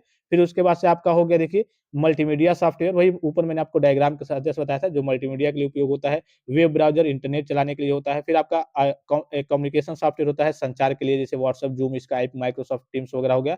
फिर डेटाबेस सॉफ्टवेयर होता है एमआईएसक्यूएल हो गया, ठीक है? ये डेटा के लिए होता है, डेटा स्टोर और मैनेज करने के लिए होता है। फिर आपका ग्राफिक्स और डिजाइनिंग के लिए सॉफ्टवेयर होता है, एडोब हो गया, क्रिएटिव हो गया, ऑटोकैड वगैरह का नाम आपने सुना होगा, आगे चल के आपको पढ़ना भी है अगर आप मैकेनिकल से हैं, सिविल से हैं, तो ये वाला जो सॉफ्टवेयर है वो काफ़ी आपके लिए इम्पोर्टेंट हो जाएगा। हालाँकि ये सभी के लिए इम्पोर्टेंट है, अगर आपको कंप्यूटर पे काम करना है, तो ये बेसिक है, ऑटोकैड क्या है, नॉर्मली आपको छोटी-मोटी डिजाइनिंग वगैरह चीज़ों को बनाना, उसको ड्रा करना, ठीक है? उसके बारे में ये सॉफ्टवेयर है, तो इसको लगभग सभी बच्चों को सीखना होता है, विशेष करके अगर आप मैकेनिकल से हैं और सिविल से हैं, तो ये आपको सीखना होता है, ठीक है? इसका लगभग कोर्स आपका 3 महीने, 6 महीने का कोर्स आता है, अच्छे से आप चीज़ों को सीख लेंगे, थोड़ा-सा पैसा इसमें ज़्यादा लगता है, ठीक है? उसके बाद से एजुकेशनल सॉफ्टवेयर हो गए, ये सारे क्या हैं आपके एप्लीकेशन सॉफ्टवेयर के प्रकार है, गेम्स वगैरह के सॉफ्टवेयर हो गए। अब चलिए ऑल डेफिनिशन एक-एक लाइन में सबका थोड़ा-सा डेफिनिशन देखते चलते हैं। ऑपरेटिंग सिस्टम क्या है? कंप्यूटर हार्डवेयर को संचालित करने और अन्य सॉफ्टवेयर को चलाने का मंच प्रदान करने वाला सॉफ्टवेयर, यानी कि ऑपरेटिंग सिस्टम क्या होता है? कंप्यूटर हार्डवेयर को संचालित करने और अन्य जितने भी सॉफ्टवेयर है को चलाने का मंच प्रदान करने वाला जो सॉफ्टवेयर है वो ऑपरेटिंग सिस्टम है। जैसे विंडोज़ हो गया, एंड्रॉयड हो गया, लिनक्स हो गया। इनके बिना आप कंप्यूटर में कहिए कि अन्य सॉफ्टवेयर को इंस्टॉल ही नहीं कर पाएँगे, उसका उपयोग ही नहीं कर पाएँगे जब तक आपके कंप्यूटर में ऑपरेटिंग सिस्टम का सॉफ्टवेयर विंडोज़, एंड्रॉयड या फिर लिनक्स नहीं होगा। तो एंड्रॉयड मैं बता दे रहा हूँ कि ये आपके मोबाइल के लिए है, विंडोज़, लिनक्स और मैक ओएस आपका ऑपरेटिंग सिस्टम आपके के लिए कि कंप्यूटर के लिए है। एंड्रॉयड आपके मोबाइल के लिए है और आईओएस आपके मोबाइल के लिए है, ठीक है? फिर उसके बाद से सिस्टम सॉफ्टवेयर क्या होता है? तो वही कंप्यूटर हार्डवेयर और बुनियादी सिस्टम कार्यों को नियंत्रित व चलाने का कहिए कि करने वाला सॉफ्टवेयर अर्थात कहिए कि संचालित करने वाले सॉफ्टवेयर होते हैं जैसे डिवाइस हो गया, डिवाइस ड्राइवर्स हो गया, कंपाइलर हो गया, बेसिक इनपुट आउटपुट सिस्टम हो गया। ये क्या है आपके सिस्टम के कुछ सॉफ्टवेयर वगैरह हैं, जो सिस्टम में पहले से ही कुछ तो यहाँ पे पहले से ही रहते हैं और कुछ में अगर नहीं रहते हैं तो आप क्या करते हैं गूगल क्रोम से जाकर के चीज़ों को इंस्टॉल करके तब जैसे डिवाइस ड्राइवर्स की बात करते हैं, पहले से भी कुछ में रहते हैं किसी-किसी सिस्टम में और किसी-किसी में नहीं रहते हैं तो आप क्या करेंगे उसका ड्राइवर जाकर के आप गूगल क्रोम से डाउनलोड करके उसको कहिए कि इंस्टॉल करते हैं, ठीक है? तो ये आपके सिस्टम सॉफ्टवेयर हो गए। फिर आपके एप्लीकेशन सॉफ्टवेयर का डेफिनिशन क्या हो गया? तो उपयोगकर्ताओं को विशिष्ट कार्य में कहिए कि मदद करने वाले प्रोग्राम जो आपको जो भी काम चाहिए उस हिसाब से आप सॉफ्टवेयर को कहिए कि प्ले स्टोर से जाकर के या फिर कहिए कि इंस्टॉल करेंगे और उसका आप उपयोग करेंगे एमएस वर्ड। यहाँ पे मैंने 3-3 एग्ज़ाम्पल लिखे हैं, इसको एग्ज़ाम्पल कई सारे हो जाएँगे, ठीक है? मैंने 3-3 बस आपको कि हाँ, आपको चीज़ें याद रहे उसके लिए कम-कम एग्ज़ाम्पल लिखे हैं, ठीक है? फिर आपका वर्चुअलाइज़ेशन सॉफ्टवेयर क्या हो गया? हार्डवेयर, ऑपरेटिंग सिस्टम या एप्लीकेशन का आभासी संस्करण बनाने वाला सॉफ्टवेयर। क्या होता है? हार्डवेयर या फिर ऑपरेटिंग सिस्टम या एप्लीकेशन का आभासी संस्करण बनाने वाला सॉफ्टवेयर अर्थात कहिए कि वर्चुअलाइज़ेशन सॉफ्टवेयर है, तो एक सॉफ्टवेयर की मदद से आप 2-2 सिस्टम पे एक तरीके से 2-2 सॉफ्टवेयर 3-3 सॉफ्टवेयर का आप एक ही सिस्टम में क्या कर पाएँगे, उपयोग कर पाएँगे। शुरू में ही ने मैंने इसका एग्ज़ाम्पल लेकर के आपको बताया था कि वर्चुअलाइज़ेशन सॉफ्टवेयर क्या होता है, जैसे आपको मोबाइल में क्लोन का ऑप्शन आता है। क्लोन में क्या ऐसे तो नॉर्मली आप एक मोबाइल में एक व्हाट्सएप, एक फेसबुक वगैरह उपयोग कर पाएँगे। क्लोन में जाएँगे तो इस एप्लीकेशन को क्या कर लेंगे, आप क्लिक करके डबल-डबल कर लेंगे, व्हाट्सएप हो गया, फेसबुक हो गया, इंस्टाग्राम हो गया। अब एक ही मोबाइल में आप 2-2 एप्लीकेशन को उपयोग कर पाएँगे। सेम इसी प्रकार से कंप्यूटर में आपका वर्चुअलाइज़ेशन सॉफ्टवेयर आता है। आपके पास एक पीसी है अर्थात कंप्यूटर है, अब इसमें आपको विंडोज़ भी उपयोग करना है, लिनक्स भी ऑपरेटिंग सिस्टम उपयोग करना है, ठीक है? जितने प्रकार के ऑपरेटिंग सिस्टम है उनका उपयोग करना है, कई प्रकार के एप्लीकेशन का उपयोग करना है। तो इसमें क्या करेंगे, एक ही सिस्टम में आप कई प्रकार के ऑपरेटिंग सिस्टम का उपयोग कर पाएँगे। ये किसकी सहायता से होगा? वर्चुअलाइज़ेशन सॉफ्टवेयर की सहायता से होगा, ठीक है? समझ गए? फिर यूटिलिटी सॉफ्टवेयर जो आपको एक तरीके से फैसिलिटी प्रदान करते हैं, जैसे एंटीवायरस हो गया, डिस्क क्लीनअप हो गया, बैकअप टूल हो गया। कंप्यूटर सिस्टम को प्रबंधित अनुरक्षित और अनुकूलित करने में मदद करने वाले उपकरण अर्थात सॉफ्टवेयर होते हैं, वो क्या कहलाते हैं? आपके यूटिलिटी सॉफ्टवेयर कहलाते हैं। ये सिंपल डेफिनिशन की चीज़ें आपको याद हो जाए, बहुत ज़्यादा आपको एक तरीके से रटने की ज़रूरत ना पड़े। सारे आपको नोट्स में जो भी नोट्स बच्चे लिए हुए हैं, सारे सिंपल ही डेफिनिशन देखेंगे। अब ऑपरेटिंग सिस्टम में देख लीजिए आपका विंडोज़ हो गया, एंड्रॉयड हो गया, लिनक्स का आपने कई बार नाम सुना। अब विंडोज़ क्या है? माइक्रोसॉफ्ट द्वारा बनाया गया एक लोकप्रिय ऑपरेटिंग सिस्टम जो पर्सनल कंप्यूटर और लैपटॉप में इस्तेमाल होता है। ये आपके विंडोज़ क्या होते हैं? भाई विंडोज़ आपके मोबाइल में थोड़ी इस्तेमाल होता है। आपके मोबाइल में एंड्रॉयड इस्तेमाल होता है। आपके जो कंप्यूटर वगैरह हो गए, लैपटॉप वगैरह हो गए, इसमें क्या होता है? विंडोज़ इस्तेमाल होता है। तो विंडोज़ क्या है? माइक्रोसॉफ्ट द्वारा बनाया गया एक लोकप्रिय ऑपरेटिंग सिस्टम जो पर्सनल कंप्यूटर अर्थात पीसी जिसे कहते हैं, जिसे कंप्यूटर कहते हैं और लैपटॉप में इस्तेमाल किया जाता है। दूसरा क्या है? आपने एंड्रॉयड का भी बार-बार नाम सुना है। एंड्रॉयड क्या है? गूगल द्वारा विकसित एक ऑपरेटिंग सिस्टम जो मुख्य रूप से स्मार्टफ़ोन और टैबलेट में इस्तेमाल होता है। फिर आपका लिनक्स आपने सुना होगा। तो एक खुला यानी कि ओपन सोर्स और मुफ्त ऑपरेटिंग सिस्टम सर्वर है जो सुपर कंप्यूटर और डेस्कटॉप में इस्तेमाल होता है। ये भी आपके कंप्यूटर, लैपटॉप के लिए होता है, लेकिन ये आपका एक तरीके से ओपन सोर्स अर्थात मुक्त मुक्त कहिए कि खुले टाइप का और मुक्त टाइप का अर्थात फ्री में कहिए कि ये अवेलेबल होता है। ये आपका विंडोज़ हो गया, एंड्रॉयड हो गया और लिनक्स हो गया। फिर उसके बाद से सिस्टम सॉफ्टवेयर में आपका डिवाइस और ड्राइवर्स क्या होता है, डेफिनिशन देख लीजिए। मैंने आपको सारी चीज़ें बता दिया है, लेकिन एग्ज़ैक्ट डेफिनिशन आपको एग्ज़ाम में क्या लिखना है, वो देख लीजिए कि डिवाइस और ड्राइवर जिसे केवल ड्राइवर भी दे सकता है आपसे, ठीक है? और डिवाइस ड्राइवर एक ही साथ डिवाइस ड्राइवर या फिर ड्राइवर कहें, उसका मतलब एक ही है। ये क्या है? वह सॉफ्टवेयर जो ऑपरेटिंग सिस्टम को प्रिंट, कीबोर्ड और कह लीजिए कि प्रिंट कीबोर्ड जैसे हार्डवेयर उपकरणों के साथ संवाद करने और उन्हें नियंत्रित करने में क्या करता है? मदद करता है। अर्थात कहिए कि कोई भी आपका प्रिंटर हो गया, कीबोर्ड हो गया, अगर उसका कहिए कि आपके पास ड्राइवर नहीं है, इंस्टॉल नहीं है आपके सिस्टम में, ये क्या कर पाएगा? आपका काम नहीं कर पाएगा। ये क्या करता है? वह सॉफ्टवेयर जो ऑपरेटिंग सिस्टम को प्रिंट, कीबोर्ड जैसे हार्डवेयर उपकरणों के साथ संवाद करने और उन्हें नियंत्रित करने में मदद करता है, वो आपका क्या कहलाता है? ड्राइवर कहलाता है। अर्थात ड्राइवर कहिए या फिर ड्राइवर सॉफ्टवेयर कहिए या फिर डिवाइस ड्राइवर कहिए, एक ही बात हुई, ठीक है? फिर कंपाइलर क्या है? वह प्रोग्राम जो प्रोग्रामर द्वारा लिखे गए कोड जैसे सी प्लस प्लस या फिर जावा में कंप्यूटर द्वारा समझी जाने वाली मशीनी भाषा में क्या करता है, अनुवाद करता है या फिर एक तरीके से कह सकते हैं, एक तरीके से भाषा के अनुवाद करने का काम करता है। बीआईओएस क्या है, कंप्यूटर के मदरबोर्ड पर मौजूद एक बुनियादी सॉफ्टवेयर जो स्टार्टअप के समय हार्डवेयर की जाँच करता है और ऑपरेटिंग सिस्टम को लोड करने करने का काम शुरू करता है। ये क्या होता है, बेसिक इनपुट आउटपुट सिस्टम जिसे बीआईओएस कहते हैं। और फर्मवेयर क्या होता है, फर्मवेयर एक प्रकार का आपका सॉफ्टवेयर होता है, जो पहले से ही आपके मदरबोर्ड में अर्थात आपके हार्डवेयर में क्या कर दिया जाता है, इंस्टॉल कर दिया जाता है, जिसे हम फर्मवेयर कहते हैं, ठीक है? उसके बाद से एप्लीकेशन सॉफ्टवेयर में देख लीजिए, एमएस वर्ड क्या हो गया, व्हाट्सएप क्या हो गया, क्रोम क्या हो गया। तो एप्लीकेशन सॉफ्टवेयर में सारे सॉफ्टवेयर जितने आप उपयोग करते हैं अपने उद्देश्य के लिए, वो आपके एप्लीकेशन सॉफ्टवेयर होते हैं। अब इसमें एमएस वर्ड क्या होता है, तो एमएस वर्ड माइक्रोसॉफ्ट का एक एप्लीकेशन सॉफ्टवेयर है, जो दस्तावेज बनाने, एडिट करने और फॉर्मेट करने के लिए इस्तेमाल होता है। व्हाट्सएप क्या है, एक मोबाइल और डेस्कटॉप एप्लीकेशन जिसके ज़रिए इंटरनेट पर मैसेज, कॉल या फिर मीडिया वगैरह भेजी जाती है। क्रोम क्या है, गूगल द्वारा बनाया गया एक वेब ब्राउज़र जो इंटरनेट पर वेबसाइटों और पेजों को एक्सेस करने के लिए इस्तेमाल होता है, चीज़ों को सर्च करने के लिए इस्तेमाल किया जाता है। ये चीज़ आप समझ गए। अब चलिए वर्चुअलाइज़ेशन सॉफ्टवेयर में चलते हैं। इसमें आपके वीएमवेयर आ गया, ठीक है? इसका नाम आपने नहीं सुना होगा। वर्चुअल बॉक्स आ गया, ठीक है? फिर आपका हाइपर वी आ गया। ये क्या है? तो एक सॉफ्टवेयर जो एक ही कंप्यूटर पर कई आभासी वर्चुअल कंप्यूटर सिस्टम को चलाने की अनुमति देता है, अर्थात एक सॉफ्टवेयर है। मैंने आपको बताया था कि वर्चुअलाइज़ेशन सॉफ्टवेयर क्या होता है? एक सॉफ्टवेयर होते हैं जो एक ही सिस्टम पे कई प्रकार के कई ऑपरेटिंग सिस्टम पे काम करने की, कई प्रकार के सॉफ्टवेयर पे काम करने की अनुमति देते हैं। तो इसके कुछ नाम वगैरह हैं, जैसे इसमें आपने एप्लीकेशन सॉफ्टवेयर में कुछ नाम वगैरह देखा, सब में कुछ नाम वगैरह देखा। इसमें आपके वर्चुअलाइज़ेशन सॉफ्टवेयर के कुछ नाम वगैरह हैं, जैसे वीएमवेयर आ गया, वर्चुअल बॉक्स आ गया, फिर आपका हाइपर वी आ गया। तो आपका वीएमवेयर अब क्या हो गया? ये एक सॉफ्टवेयर है जो एक ही कंप्यूटर पर कई आभासी वर्चुअल कंप्यूटर सिस्टम चलाने की क्या करता है? अनुमति देता है, अर्थात एक ही कंप्यूटर पे कहिए कि आप कई प्रकार की चीज़ें, कई प्रकार के काम कर सकते हैं, कई प्रकार के एप्लीकेशन को आप इंस्टॉल करके काम कर सकते हैं, ठीक है? तो यही आपका क्या कहलाता है? आपका वीएमवेयर काम करता है। फिर वर्चुअल बॉक्स क्या हो गया? ओरेकल का एक मुफ्त, ये क्या है? ओरेकल का एक मुफ्त सॉफ्टवेयर जो उपयोगकर्ताओं को अपने कंप्यूटर के अंदर अलग-अलग ऑपरेटिंग सिस्टम चलाने के में सक्षम बनाता है। अर्थात करिए कि अगर आप में वर्चुअलाइज़ेशन सॉफ्टवेयर में आपके पास वर्चुअल बॉक्स है, तो इसमें क्या करेगा? एक ही आपके कंप्यूटर पे, अर्थात एक ही आपके पीसी पे कई प्रकार के विंडोज़ भी हो गया, लिनक्स भी हो गया, कई प्रकार के ऑपरेटिंग सिस्टम का क्या कर सकते हैं? आप उपयोग कर सकते हैं। ये कौन काम करेगा? आपका वर्चुअल बॉक्स करता है। फिर आपका हाइपर वी माइक्रोसॉफ्ट विंडोज़ हो गया, हाइपर वी हो गया। तो हाइपर वी क्या करता है? माइक्रोसॉफ्ट विंडोज़ में पहले से मौजूद एक फीचर्स या टूल जो उसी कंप्यूटर पर अतिरिक्त वर्चुअल मशीनें बनाने और चलाने का काम करता है। जैसे कई प्रकार के आपको काम करने हैं, अनेक तरीके के काम करने हैं, ये क्या करेगा? आपका हाइपर वी करेगा। माइक्रोसॉफ्ट विंडोज़ में ये पहले से क्या होता है? मौजूद होता है। तो माइक्रोसॉफ्ट विंडोज़ में पहले से मौजूद एक फीचर्स या टूल या फिर सॉफ्टवेयर जो उसी कंप्यूटर पर अतिरिक्त वर्चुअल मशीनें बनाने और चलाने का काम करता है। जैसे आपके पास प्रिंटर ही हो गया, अब प्रिंटर की सेटिंग, आपके पास एक ही प्रिंटर है, तो उसमें कई प्रकार के उसमें ऑप्शन रहते हैं कि वर्चुअल प्रिंटर वगैरह आप सेट कर पाएँगे, या फिर जो भी आपके कहिए कि सिस्टम में कई प्रकार की मशीनें वगैरह हैं, तो उसको वर्चुअली सेट करके आप, या फिर सॉफ्टवेयर है उसको वर्चुअली सेट करके 2-3 सेट बना करके, कि हाँ भाई मेरे पास, जैसे व्हाट्सएप का मैंने आपको एग्जांपल बताया कि मोबाइल में आप क्लोन की सहायता से 2-3 कर सकते हैं। इसी प्रकार से कंप्यूटर में भी आप सॉफ्टवेयर को, एक कोई मशीनिंग सॉफ्टवेयर है कोई काम करने वाला, तो इसको आप क्या करेंगे? 1 को 2 बना लेंगे और 2 बना करके इस पे भी आप काम करेंगे और इस पे भी आप काम करेंगे। ये आपका हाइपर वी करता है।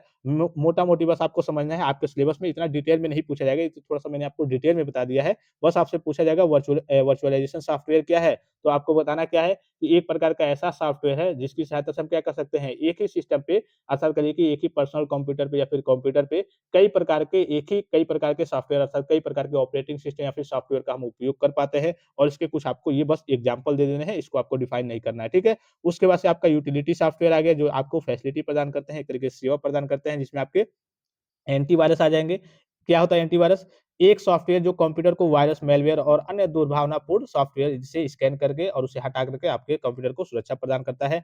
डिस्क क्लीनअप क्या करता है? एक टूल है या फिर एक सॉफ्टवेयर जो कंप्यूटर की हार्ड डिस्क से अनावश्यक फाइलों से को हटाकर स्थान खाली करता है और सिस्टम की गति को बढ़ाता है। जैसे आपने देखा होगा, कई बार आपने डिस्क क्लीनअप किया होगा, स्कैन करके आप डिस्क क्लीनअप करते हैं, ठीक है? फिर उसके बाद से बैकअप टूल क्या हो गया? एक सॉफ्टवेयर जो आपकी महत्वपूर्ण फाइलों और डेटा को एक सुरक्षित कॉपी बैकअप बनाता है, ताकि मूल डेटा खो जाने या क्षतिग्रस्त होने पर भी उसे पुनर्स्थापित किया जा सके अर्थात करिए कि आपका जो भी फ़ाइल है, तो अगर आप में बैकअप टूल आपने लगाया हुआ है, तो आपको सुरक्षित रख लेगा आपका डेटा। अगर आपका डेटा करप्ट हो गया, डिलीट हो गया, कुछ भी हो गया, तो बैकअप के रूप में है, उसका बैकअप आप क्या कर सकते हैं, ले सकते हैं। जैसे मैंने आपको मोबाइल के फ़ॉर्म में बताया कि अगर आपका मोबाइल एक तरीके से खराब हो गया या फिर रीसेट कर दिया आपने, तो अगर आपने बैकअप लगाया हुआ है, व्हाट्सएप में बैकअप आता है, हर एक चीज़ में बैकअप आता है, तो आपने व्हाट्सएप में बैकअप लगाया हुआ है, तो जितने मैसेज हैं, मीडिया वगैरह जितने मैसेज आपने किए हैं, वो मैसेज आपका डिलीट नहीं होगा। जैसे ही आप फ़ोन में फिर से मोबाइल नंबर या फिर बैकअप का जो भी ईमेल आईडी मोबाइल नंबर होता है, उससे क्या लेके आप इंस्टॉल करेंगे, आप उससे लॉगिन करेंगे, तो आपका पूरा बैकअप वहाँ पे दिखा देगा कि हाँ, अगर आपने बैकअप लगाया होगा तो, ठीक है? यही आपका क्या होता है बैकअप टूल होता है कंप्यूटर में भी कि सारे डेटा को आपका सुरक्षित रखता है कि अगर आपका डेटा नष्ट भी हो जाता है, तो फिर से आप उसकी पुनर्प्राप्ति कर सकते हैं, फिर से प्राप्त कर सकते हैं। बेस्ड ऑन लाइसेंस के आधार पे कुछ सॉफ्टवेयर होते हैं, जैसे आपका ओपन सोर्स सॉफ्टवेयर हो गया, फिर आपका प्रोप्राइटरी सॉफ्टवेयर हो गया, प्रोप्राइटरी सॉफ्टवेयर हो गया। ये क्या होता है, ये आपके करिए कि फ्री में होते हैं, जैसे लिनक्स ऑपरेटिंग सिस्टम हो गया, फायरफॉक्स ब्राउज़र हो गया, लिब्रे ऑफिस हो गया, वीएलसी मीडिया हो गया, ये आपके क्या होते हैं, फ्री में उपलब्ध होते हैं। ये आपके क्या होते हैं, माइक्रोसॉफ्ट विंडोज़ हो गया, एडोब फ़ोटोशन हो गया, एडोब फ़ोटोशॉप हो गया, माइक्रोसॉफ्ट ऑफिस हो गया, मैक ओएस हो गया, ये आपके क्या होते हैं, पैड होते हैं। अब यहाँ पे देखिए एक आया है एक चीज़, यहाँ पे देखिए एडोब फ़ोटोशॉप। जितने भी आप जाकर के मार्केट में आपके फ़ोटो बनवाते हैं, कि जैसे आप एडमिशन लिए होंगे जीकअप के थ्रू, तो आपका फ़ोटो लगा होगा, तो आप फ़ोटो वगैरह बनवाते हैं। ये फ़ोटो बनाने का काम कौन करता है, आपका मेन जो आपका कहिए कि एप्लीकेशन है, वो क्या है, आपका एडोब फ़ोटोशॉप है, ठीक है? इसी की सहायता से आपके फ़ोटो वगैरह बनाए जाते हैं। तो ये आपका पैड होता है, जो भी इसका उपयोग करते हैं साइबर कैफ़े वाले, वो कहिए कि मंथली या फिर ईयरली इसमें आता है कि हाँ, इतने का पैकेज है, आप लीजिए तभी आपका काम कर पाएगा। जैसे एमएस ऑफिस वगैरह हो गया, ठीक है? ये सारे आपके पेड वर्ज़न हैं और ये सारे आपके फ्री वर्ज़न हैं। ये लाइसेंस के आधार पे 2 प्रकार से इसका वर्गीकरण किया जाता है। ये भी आपको याद रखना है, कभी बाय चांस पूछ ले। हालाँकि ये सब चीज़ें पूछने वाली हैं, लेकिन अगर आपसे वर्गीकरण पूछता है, तो ये भी दोनों वर्गीकरण आप वहाँ पे चिपका सकते हैं कि हाँ, बेस्ड ऑन लाइसेंस के आधार पे भी 2 प्रकार के होते हैं और ये आपका फ्री वाला है, ये आपका पेड वाला है। फिर उसके बाद से चलते हैं, अब MS Office, Open Office, Libre office क्या होता है? इस यूनिट में मैं आपको बता दूँ कि बस इसके बारे में थोड़ा-थोड़ा आपको देखना है, जानना है कि एमएस ऑफिस का क्या काम है, ओपन ऑफिस क्या है, इसका क्या काम है, लिब्रे ऑफिस क्या है, इसका क्या काम है और डिटेल में आपको पढ़ना है चैप्टर नंबर 3 में इसका अलग से आपका चैप्टर ही है, ठीक है? तो एमएस ऑफिस, ओपन ऑफिस और लिब्रे ऑफिस की ओर चलते हैं। एमएस ऑफिस क्या है? माइक्रोसॉफ्ट द्वारा बनाया गया एक लोकप्रिय पेड सॉफ्टवेयर सूट जिसमें वर्ड, एक्सेल, पावर पॉइंट जैसे कार्यालय अर्थात ऑफिस उपकरण शामिल है। अब वर्ड, एक्सेल, पावर पॉइंट क्या होता है? भाई मान लीजिए कि आपको वर्ड लिखना है, टाइपिंग करना है, कोई एस्से लिखना है, तो वर्ड का इस्तेमाल इस्तेमाल करेंगे। फिर एक्सेल में क्या होता है? इसी प्रकार की चीज़ें होती है, आपको कोई मान लीजिए कि सपोज़ करिए कोई कंपनी हो गया, इसका डेटा वगैरह बनाना हो गया, ब्यूरो बनाना हो गया कि हाँ, इसमें इतनी लेबर है, ये काम करेंगे, इनकी सैलरी इतनी दे दी गई है, इतना देना बाकी है। सारे मतलब एक तरीके से डेटा बनाने का काम हो गया, वो क्या करता है? आपका एक्सेल करता है। पावर पॉइंट क्या करता है? आपका पीपीटी जैसे यहाँ पे आपको बना हुआ दिख रहा होगा, यहाँ पे हमने लिख दिया है, लिखने के बाद से यहाँ पे डायग्राम सेट कर दिया है, तो लिखने और डायग्राम सेट करने का काम पीपीटी बनाने का काम कौन करता है? पावर पॉइंट करता है। अभी हम एक-एक का ये नेक्स्ट चैप्टर में आपको पढ़ना है, लेकिन इसी चैप्टर में आपको पढ़ा दूँगा कि आपके डाउट्स वगैरह क्लियर हो जाएँगे, ठीक है? आगे आपको बहुत ज़्यादा पढ़ना भी नहीं पड़ेगा। तो एमएस ऑफिस क्या है? एमएस का नाम क्या है? माइक्रोसॉफ्ट, ठीक है? ये माइक्रोसॉफ्ट द्वारा बनाया गया है, एमएस शॉर्ट में कहते हैं, एमएस धोनी नहीं, ठीक है? महेंद्र सिंह धोनी नहीं, एमएस ऑफिस है, महेंद्र सिंह ऑफिस नहीं, माइक्रोसॉफ्ट ऑफिस, ठीक है? तो इसका मतलब फुल फॉर्म भी आपको याद रखना है, माइक्रोसॉफ्ट ऑफिस, ठीक है? तो एमएस ऑफिस क्या है? माइक्रोसॉफ्ट द्वारा बनाया गया एक लोकप्रिय पेड सॉफ्टवेयर सूट जिसमें वर्ड, एक्सेल, पावर पॉइंट जैसे कई ऑफिस उपकरण शामिल होते हैं अर्थात कई प्रकार के काम करने के उपयोग में लाया जाता है। ओपन ऑफिस क्या हो गया? अपाचे द्वारा विकसित एक मुफ्त कह लीजिए और खुला सोर्स यानी कि ओपन एक तरीके से फ्री है, खुला ऑफिस सॉफ्टवेयर जो सूट जो एमएस ऑफिस के समान कार्य करता है। बस ये क्या होता है एमएस ऑफिस के जैसे काम करेगा, थोड़े-से फीचर्स कम रहते हैं और ये फ्री में अवेलेबल रहता है। फिर आपका इसको याद रखना है कि अपाचे द्वारा विकसित है, ठीक है? फिर लिब्रे ऑफिस क्या हो गया?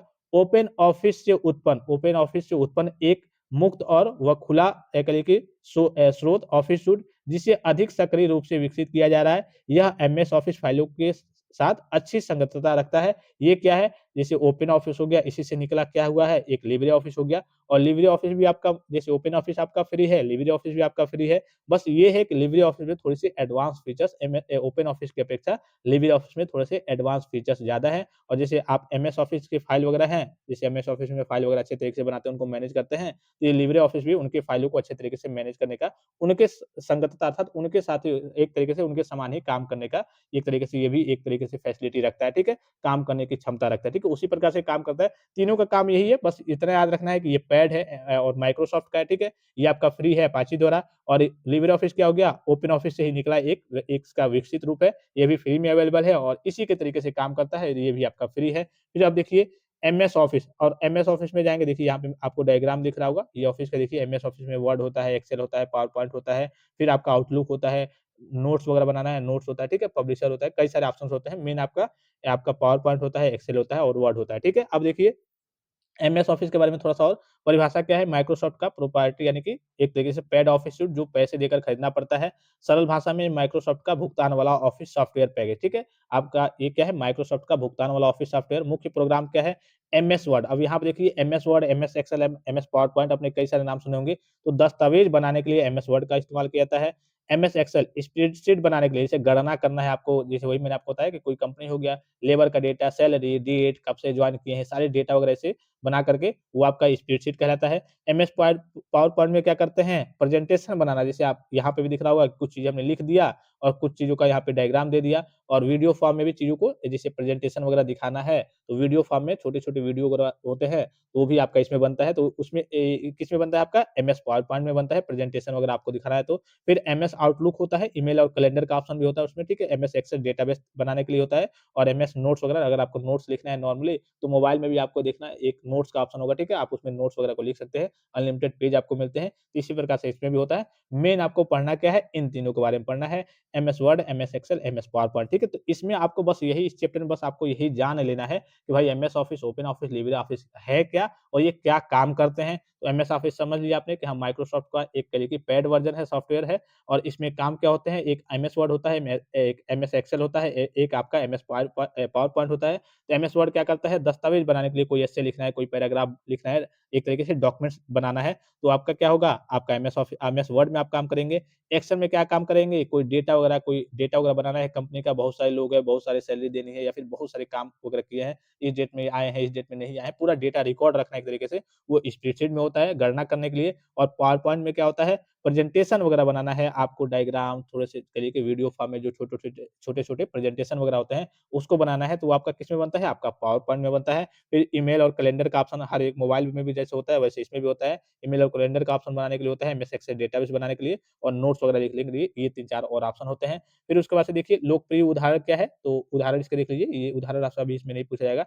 ऑफिस 365 हो गया, सब्सक्रिप्शन वाला है, हर साल पैसे देने पड़ते हैं। ऑफिस 2021 हो गया, एक बार खरीदो हमेशा के लिए एक्सेस मिल जाएगा और कहिए कि ऑफिस ऑनलाइन हो गया, इंटरनेट पर मिलेगा, इंटरनेट की सहायता से चलेगा, कहिए कि मुफ्त रहेगा कहिए कि मुफ्त मतलब फ्री में रहेगा, लेकिन सीमित फीचर्स रहेंगे, बहुत ज़्यादा एडवांस फीचर्स नहीं रहेंगे। तो आपका ऐसे जैसे कई सारे बच्चे होते हैं ना कि जैसे रिचार्ज आप कराते हैं, 1 साल का एक ही बार करा लिए या फिर 1 महीने कराएँगे या फिर 3 महीने कराएँगे, तो ऐसे ऑफिस 365 हो गया, आपको हर साल सब्सक्रिप्शन लेना पड़ेगा, 1 साल का आपने लिया फिर खत्म हो गया और ऑफिस 2021 हो गया, एक बार खरीद लिया आपने तो हमेशा के लिए क्या रहेगा आपका मतलब एक बार खरीद लिया बस वो हमेशा के लिए एक्सेस आपको मिल जाएगा, हमेशा के लिए आप उपयोग कर पाएँगे, तो उसमें कुछ फीचर्स कम मिलेंगे और एक आप ऑफिस तरीके से ऑफिस ऑनलाइन आप उपयोग कर सकते हैं, इंटरनेट की सहायता से आप उपयोग कर सकते हैं, लेकिन इसमें सभी फीचर्स आपको देखने को नहीं मिलेंगे, लिमिटेड फीचर्स ही देखने को मिलेंगे।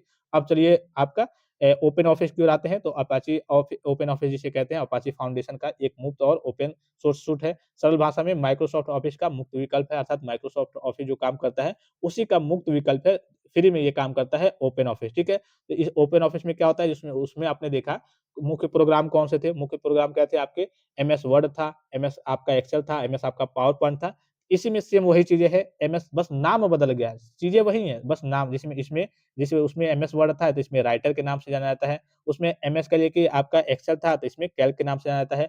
उसमें एमएस आपका कहिए कि पावर पॉइंट था, तो इसमें एमएस देखिए सॉरी एमएस मैं कह रहा हूँ, इसमें बस स्प्रेडशीट के नाम से जाना क्योंकि ये तो आपका एमएस का है नहीं, ये इसका नाम आपका अलग है। जो उसमें MS Word, MS Excel, MS PowerPoint था, तो उसी का नाम यहाँ आप देखिए, इसमें राइटर के नाम से जाना जाता है, जो काम वो उसमें एमएस वर्ड करता था, सेम वही काम इसमें राइटर करता है। जो काम उसमें एक्सेल करता था, वही काम इसमें कैल्क करता है, बस इसका नाम चेंज है। जो काम उसमें कहिए कि आपका पावर पॉइंट करता है, पीपीटी बनाने के लिए, सेम वही काम इसमें इम्प्रेस के नाम से जाना जाता है, इम्प्रेस वो काम करता है। फिर एक्सेस की तरह डेटाबेस वगैरह तैयार करना है, तो बेस होता है, एक ड्रा होता है, ड्राइंग और डायग्राम वगैरह कुछ बनाना है, तो एक ड्रा का ऑप्शन होता है और गणितीय फार्मूले के लिए उसमें आपने देखा था कुछ और ऑप्शन था, इसमें मैथ का ऑप्शन करके एक आएगा, ठीक है? ये बस ऑप्शन में चेंजेज़ है, काम एक तरीके से वही करते हैं, जो नाम है उसका नाम एक तरीके से बदल गया है और फीचर्स थोड़े-थोड़े अलग रहते हैं, काम करने का तरीका वगैरह हल्का-फुल्का अलग रहता है। बस नाम बदल दिया गया है, काम जैसे होता है ना कि नाम बदल दिया गया है, काम उनका सेम है, ठीक है? ये इनके सामने इसे मैंने लिख भी दिया है, ये वर्ड की तरह काम करते हैं दस्तावेज़ बनाने का, ये एक्सेल की तरह स्प्रेडशीट बनाने का काम करते हैं,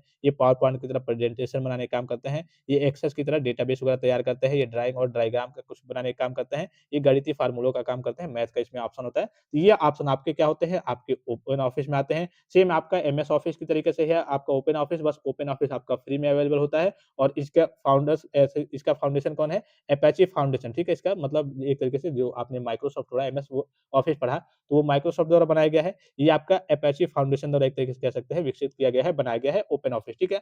अब लिब्रे ऑफिस की ओर चलते हैं, विशेषता देखिए, पूरी तरह क्या है इसकी विशेषता क्या है? पूरी तरह मुफ्त है, कोई भी लाइसेंस फीस वगैरह नहीं लगता है और किस पे काम कर सकता है? विंडोज़, लिनक्स, मैक ओएस सब पर चलता है। हर एक तरीके का ऑपरेटिंग सिस्टम पर आप इसका उपयोग कर पाएँगे। फिर लिब्रे ऑफिस क्या होता है? लिब्रे ऑफिस की ओर चलते हैं, इसमें देखिए दी डॉक्यूमेंट फाउंडेशन, ठीक है? दी डॉक्यूमेंट फाउंडेशन का क्या है? मुक्त और ओपन सोर्स ऑफिस सूट है। सरल भाषा में ओपन ऑफिस से बेहतर और अधिक अपडेटेड मुक्त विकल्प। यानी कि ये भी आपका ओपन ऑफिस की तरीके से ही है, उसकी उसी तरीके से फ्री भी है, लेकिन उससे थोड़े-से इसमें क्या है? एडवांस फीचर्स हैं और दी डॉक्यूमेंट फाउंडेशन का एक ये दी डॉक्यूमेंट फाउंडेशन का क्या है? एक तरीके से विकसित किया हुआ रूप है, बनाया गया एक तरीके से लिब्रे ऑफिस जो है, वो आपके दी डॉक्यूमेंट फाउंडेशन के द्वारा बनाया गया है। एक तरीके से ओपन ऑफिस से कहिए कि निकला हुआ एक तरीके से रूप है और ये क्या है ओपन ऑफिस के तरीके से ही है, फ्री में भी है, ठीक है? और उसी के तरीके से काम करता है, बस इसमें थोड़े से फीचर्स, थोड़े से एडवांस फीचर्स आ गए हैं और थोड़े से अच्छे से काम करता है, अपडेटेड तरीके से काम करता है, वही आपका लिब्रे ऑफिस आ गया। इसमें भी वही चीज़ें हैं देखिए, वर्ड प्रोसेसिंग का काम है तो राइटर करेगा, कैल्क करेगा, इम्प्रेस करेगा, देखिए नाम वगैरह वही है, सेम चीज़ें वही है, ठीक है? जैसे आपका ओपन ऑफिस में था वैसे लिब्रे ऑफिस में है और ये आपके एग्जाम्पल क्या है? ये आपके एग्जाम्पल एमएस ऑफिस वाले हैं। कि वर्ड प्रोसेसिंग का जो काम करता है, स्प्रेडशीट का जो काम करता है, प्रेजेंटेशन का जो काम करता है, इसमें मैंने आपको यहाँ पे एग्जांपल के साथ बताया था। एक बार और दिखा दूँ। यहीं से आपको देख लेना है, दोनों में सेम है, ठीक है? जैसे वर्ड का और कैल्क का और इम्प्रेस का जो काम करेगा, तो जैसे आपका एमएस में क्या होता था, एमएस वर्ड की तरह काम करेगा, एमएस वर्ड की तरह काम करता है, एमएस एक्सेल की तरह आपका कैल्क काम करता है और इम्प्रेस आपके एमएस पावर पॉइंट की तरह काम करता है। सेम उसी प्रकार से इसमें भी वही है, ठीक है? तो राइटर का काम कौन करेगा? वर्ड प्रोसेसिंग का काम कौन करेगा? इसमें राइटर करेगा, कैल्क करेगा, स्प्रेडशीट का काम और इस इम्प्रेस का करेगा, प्रेजेंटेशन वगैरह बनाने का काम करेगा और डेटाबेस वगैरह बनाना है, तो बेस काम करेगा। ड्रा वगैरह करना है तो वेक्टर ड्राइंग का इसमें ऑप्शन रहता है, वेक्टर ड्राइंग वगैरह करना है तो ड्रा का ऑप्शन रहता है, फार्मूला वगैरह एडिट करना है या फिर फार्मूला वगैरह लिखना है तो मैथ का ऑप्शन रहता है, ठीक है? विशेषताएँ क्या है? ये भी एक तरीके से देखिए ओपन ऑफिस का फ़ोर्क है, एक तरीके से ओपन ऑफिस से अलग हुआ है, दी डॉक्यूमेंट फाउंडेशन के द्वारा बनाया गया है। ओपन ऑफिस एक तरीके से निकला हुआ रूप है और अधिक नियमित अपडेट इसमें अपडेट वगैरह मिलती रहती है, थोड़े-से फीचर्स इसमें ज़्यादा आते हैं। बेहतर एमएस ऑफिस कैपेटिबिलिटी होती है और सक्रिय डेवलपमेंट अच्छे तरीके से ये काम करता है और ओपन ऑफिस का ही एक तरीके से विकसित रूप है, एडवांस वर्ज़न वाला, फीचर्स वाला कहिए कि सॉफ्टवेयर है आपका लिब्रे ऑफिस, ठीक है?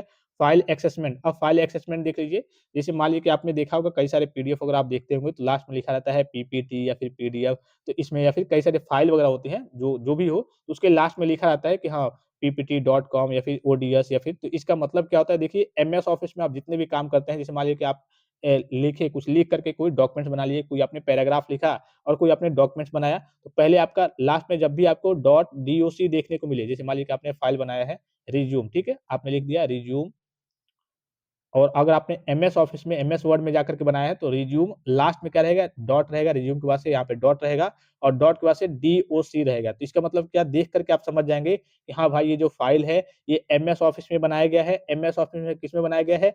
एमएस वर्ड में बनाया गया है। तो ये आपका डॉक नया था पुराना था, अब लिख के आ रहा है डॉक्स, सब में एक्स लग गया, ठीक है? एक्सेल में आप काम करते थे तो एक्सएलएस करके आता था, देखा होगा आपने कई सारे फ़ाइल जो आपके मोबाइल फ़ोन में ओपन नहीं होती है। तो बच्चे परेशान हो जाते हैं क्यों ओपन नहीं होती है? क्योंकि वो आपके कंप्यूटर में एमएस ऑफिस में बनाई जाती हैं। कई सारी फ़ाइल आपके कहिए कि मोबाइल वगैरह में जो पुराने मोबाइल मोबाइल अब तो हो रही है, कुछ मोबाइल वगैरह आ रही है जिसमें ऑप्शन रह रहा है कि हाँ, एमएस ऑफिस वाली चीज़ें कहिए कि ओपन हो जा रही हैं, लेकिन कई सारी फ़ाइल आपकी ओपन नहीं होती हैं। तो एक्सेल में अगर आप काम करते हैं तो फ़ाइल जब भी आप सेव करेंगे, सेव करने जाते हैं कोई भी फ़ाइल, तो उसमें नाम आता है ना, जैसे आप किसी भी सॉफ्टवेयर में काम करते हैं, तो लास्ट में उस सॉफ्टवेयर का डॉट कहिए कि पीडीएफ करके आ जाएगा। अगर पीडीएफ एप्लीकेशन से मोबाइल में आप बनाते हैं, तो जिस भी तरीके से बनाते हैं, तो इसी प्रकार से जब आप एमएस ऑफिस में काम करेंगे, वर्ड पे काम करेंगे, तो जब आप सेव करेंगे तो लास्ट में डॉक करके आता था, अब नया इसका बदल गया है डॉक करके आएगा। एक्सेल पे काम करेंगे तो लास्ट में जब सेव होगा तो एक्सएलएस करके आएगा। फिर पावर पॉइंट में काम करेंगे, जब आप सेव करेंगे तो पहले पीपीटी करके सेव होता था, अब लास्ट में मान लीजिए कि आपने कोई फ़ाइल बनाया है, अपने नाम से मान लीजिए कि आपका नाम राहुल है, तो राहुल के नाम का आपने कोई एक पीपीटी तैयार किया है, डिज़ाइन किया है, तो लास्ट में आपका क्या आ जाएगा? राहुल डॉट पीपीटी और एक्स, ठीक है? पहले आपका पीपीटी गया था, अब पूरा नया बदल गया, इसको अपडेट किया गया है, अब पीपीटी एक्स आ जाएगा। अब जहाँ पे ये दिखेगा फाइल लास्ट में बस ये आपको दिख गया पीपीटी एक्स, इसका मतलब कि ये काम कहाँ पे हुआ है आपका एमएस ऑफिस पे इस फाइल पे काम हुआ है और एमएस ऑफिस में पावर पॉइंट वाले पे मतलब कहिए कि जो प्रेजेंटेशन है, ये पावर पॉइंट में जाकर के एमएस ऑफिस के पावर पॉइंट में बनाया गया है, इसीलिए इसका सिंबल यहाँ पे पीपीटी एक्स दिख रहा है, ठीक है? ये इसके कहिए कि एक तरीके से फाइल जब आप सेव करते हैं, तो ये सारी चीज़ें आपकी ऑटोमेटिकली सेव होती है। इसको आप रीनेम करके इस फाइल को मेन चीज़ को हटा नहीं सकते हैं कि ये कहाँ से बना है, ठीक है? जैसे आपका कोई मेन मेन फाइल हो गया, जैसे आप कोई भी पीडीएफ वगैरह बनाते हैं, लास्ट में जो जिस भी चीज़ से बनाएँगे तो लास्ट में करके डॉट पीपीटी या फिर पीडीएफ करके होगा, तो उसको आप रीनेम करके नहीं हटा पाएँगे और आगे के नेम वगैरह अगर आप चेंज करना चाहते हैं, तो उसको आप चेंज कर सकते हैं। सेम इसी प्रकार से जब ओपन ऑफिस और लिब्रे ऑफिस में काम करेंगे, तो आप राइटर वगैरह जैसे वर्ड का काम करेंगे, लिखने का, तो लास्ट में जब आपका डॉक्यूमेंट सेव होगा, तो ओडीटी करके सेव होगा। उसका पूरा नाम क्या होता है? ओपन डॉक्यूमेंट टेक्स्ट करके सेव होगा। फिर कैल्क पे काम करेंगे, जो कुछ स्प्रेडशीट वगैरह तैयार करेंगे, कोई डेटा वगैरह की गणना करेंगे, तो ओडीएस करके सेव होगा आपका। फिर इम्प्रेस पे काम करेंगे, कोई कहिए कि प्रेजेंटेशन वगैरह बनाएँगे, तो ओडीपी यानी कि ओपन डॉक्यूमेंट प्रेजेंटेशन करके यानी कि ओडीटी आपका फिर ओडीएस और ओडीपी करके आपका सेव होगा, ठीक है? लास्ट में आपका सेव होता है। अभी मैं आपको ये चीज़ें दिखा भी दूँगा कैसे सेव होता है। फिर वर्किंग विथ विंडोज़, अब देख लीजिए वर्किंग विथ विंडोज़ यानी कि विंडोज़ पर सेटअप गाइड कैसे सेटअप करना है विंडोज़ पर, ठीक है? अगर आप मान लीजिए कंप्यूटर में आपके विंडोज़ ऑपरेटिंग सिस्टम है, तो उसपे अगर आपको एमएस ऑफिस चलाना है, तो कैसे सेटअप करेंगे, कैसे उसको एक तरीके से डाउनलोड करेंगे, इंस्टॉल करेंगे, ठीक है?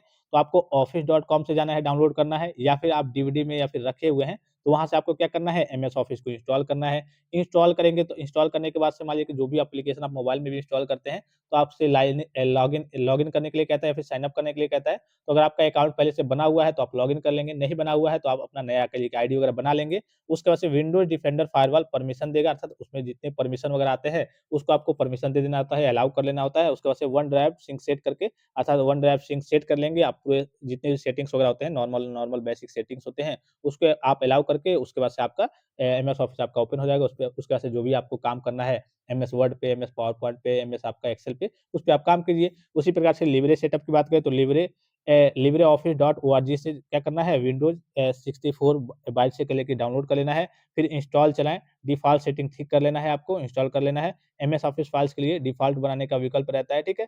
तो आपको एमएस ऑफिस पे काम करना है, तो उसको आप हटा दीजिए, आप लिब्रे ऑफिस को मतलब एक डिफ़ॉल्ट का ऑप्शन रहता है कि हाँ, किस पे आपको काम करना है। जैसे कई सारे आप चीज़ें ओपन करते होंगे, तो उसमें डिफ़ॉल्ट का ऑप्शन आता है कि हाँ, किस ब्राउज़र से आप ओपन करना चाहते हैं। इससे कई बार आप डिफ़ॉल्ट सेट कर लेते हैं, तो ऑटोमैटिकली जब क्लिक करेंगे, तो उसी से आपका ओपन हो जाएगा।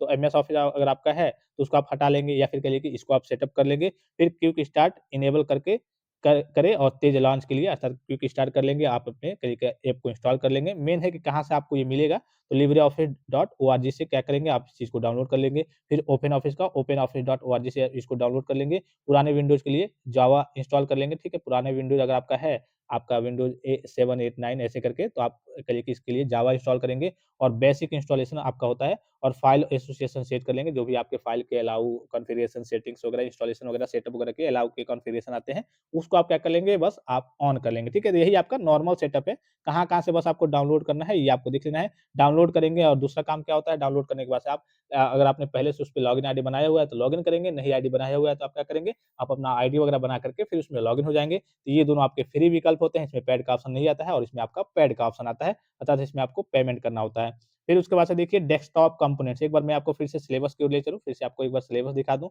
हमने कहाँ तक चीज़ों को पढ़ लिया है। भाई हमने system software, application software, virtualisation software, utility software, MS Office, Open Office, Libre office पढ़ लिया है और working with Windows operating system पे कैसे काम करना है, कैसे इसको इंस्टॉल करना है। तो इंस्टॉल कर लिया आपने और कैसे काम करना है, जो भी आपकी मैंने आपको काम बता दिया कि आपको वर्ड लिखना है, एस्से के फॉर्म में पैराग्राफ, तो उसको आप लिखेंगे, एमएस वर्ड में लिखेंगे। एमएस आपको एक्सेल में अगर कोई आपको कहिए कि डेटा वगैरह, आंकड़ा वगैरह बनाना है, तो आप एमएस एक्सेल पे काम करेंगे। अगर आपको कोई प्रेजेंटेशन, पीपीटी वगैरह बनाना है, फाइल के साथ उसमें वीडियोज़ वगैरह, इमेज वगैरह भी रहें, तो आप कहिए कि एमएस पावर पॉइंट पे काम करेंगे। इसी प्रकार से मैंने एमएस ऑफिस, ओपन ऑफिस और लिब्रे ऑफिस तीनों को बता दिया है। तीनों में लगभग सेम काम है, बस नाम आपका MS Office, Open office sorry आपका एमएस एक्सेल हो गया, एमएस पावर पॉइंट हो गया, एमएस वर्ड हो गया, बस नाम चेंज है। ओपन ऑफिस और लिब्रे ऑफिस में काम आपका एक ही है, ठीक है? अब उसके बाद से डेस्कटॉप कंपोनेंट्स जैसे menu bar, status bar, shortcut bar, scroll bar, ये क्या होते हैं? ये आपने देखा भी होगा अगर आपने कंप्यूटर पे कभी ध्यान दिया होगा या फिर कभी भी एक बार चलाया होगा, यूज़ किया होगा, ये सारी चीज़ें आपने देखा होगा। जैसे मान लीजिए कि आप किसी भी फाइल पे काम कर रहे हैं, तो यहाँ पे कई सारे आपने बार देखे होंगे। यहाँ ये बार है, ये क्विक एक्सेस बार है, ये ऑफिस बटन है, ये आपका ऑफिस बटन ये भी हो गया, ये आपका इंसर्ट बार है, ये हॉरिजॉन्टल बार है, ये वर्टिकल स्क्रॉल बार है, ठीक है? ये आपका टाइटल बार है, ये आपका क्लोज़ बटन है, क्लोज़, मिनिमाइज़, मैक्सिमाइज़ बटन, ये आपका स्टेटस बार है। कई सारे ये बार देखे होंगे, तो इसी के बारे में हमें पढ़ना है, ठीक है? तो यही क्या होता है आपका desktop components in MS Office में जो डेस्कटॉप कंपोनेंट्स है, उसके बारे में हमें पढ़ना है। भाई हम एमएस ऑफिस पे काम कर रहे हैं, तो इसमें कौन-कौन से डेस्कटॉप कंपोनेंट्स आते हैं, अर्थात कौन-कौन सी चीज़ें आती हैं। तो बेसिक बस आपको चीज़ों को देखना है। यहाँ पे देखिए ये आपका मेनू बार हो गया। अब जैसे ही मेनू बार पे क्लिक करेंगे तो इसमें देखिए all, files, edit, view, insert, format, tools, tables, Windows help, बहुत सारे ऑप्शंस वगैरह आते हैं, ठीक है? तो अब एक-एक के बारे में थोड़ा-सा डिटेल में देखते हैं। सबसे पहले मेनू बार क्या होता है? 1-2 मैं आपको एग्ज़ाम्पल के साथ बता दे रहा हूँ, फिर आप डायग्राम की सहायता से खुद भी समझ जाएँगे, बहुत ज़्यादा आपको रिलेट करके बताने की ज़रूरत नहीं पड़ेगी, ठीक है? मेनू बार सॉफ्टवेयर विंडो के ऊपर, मेनू बार सॉफ्टवेयर अर्थात मेनू बार विंडो के ऊपर वह पट्टी है जिसमें फाइल, एडिट, व्यू जैसे ड्रॉप डाउन विकल्प होते हैं जिनसे सभी कमांड्स और फंक्शंस एक्सेस किए जाते हैं। सरल भाषा में menu bar equal to software का मेनू कार्ड जहाँ सभी विकल्प होते हैं। जैसे आप रेस्टोरेंट वगैरह में जाते हैं, कहते हैं ना कि मेनू कार्ड लाओ क्या-क्या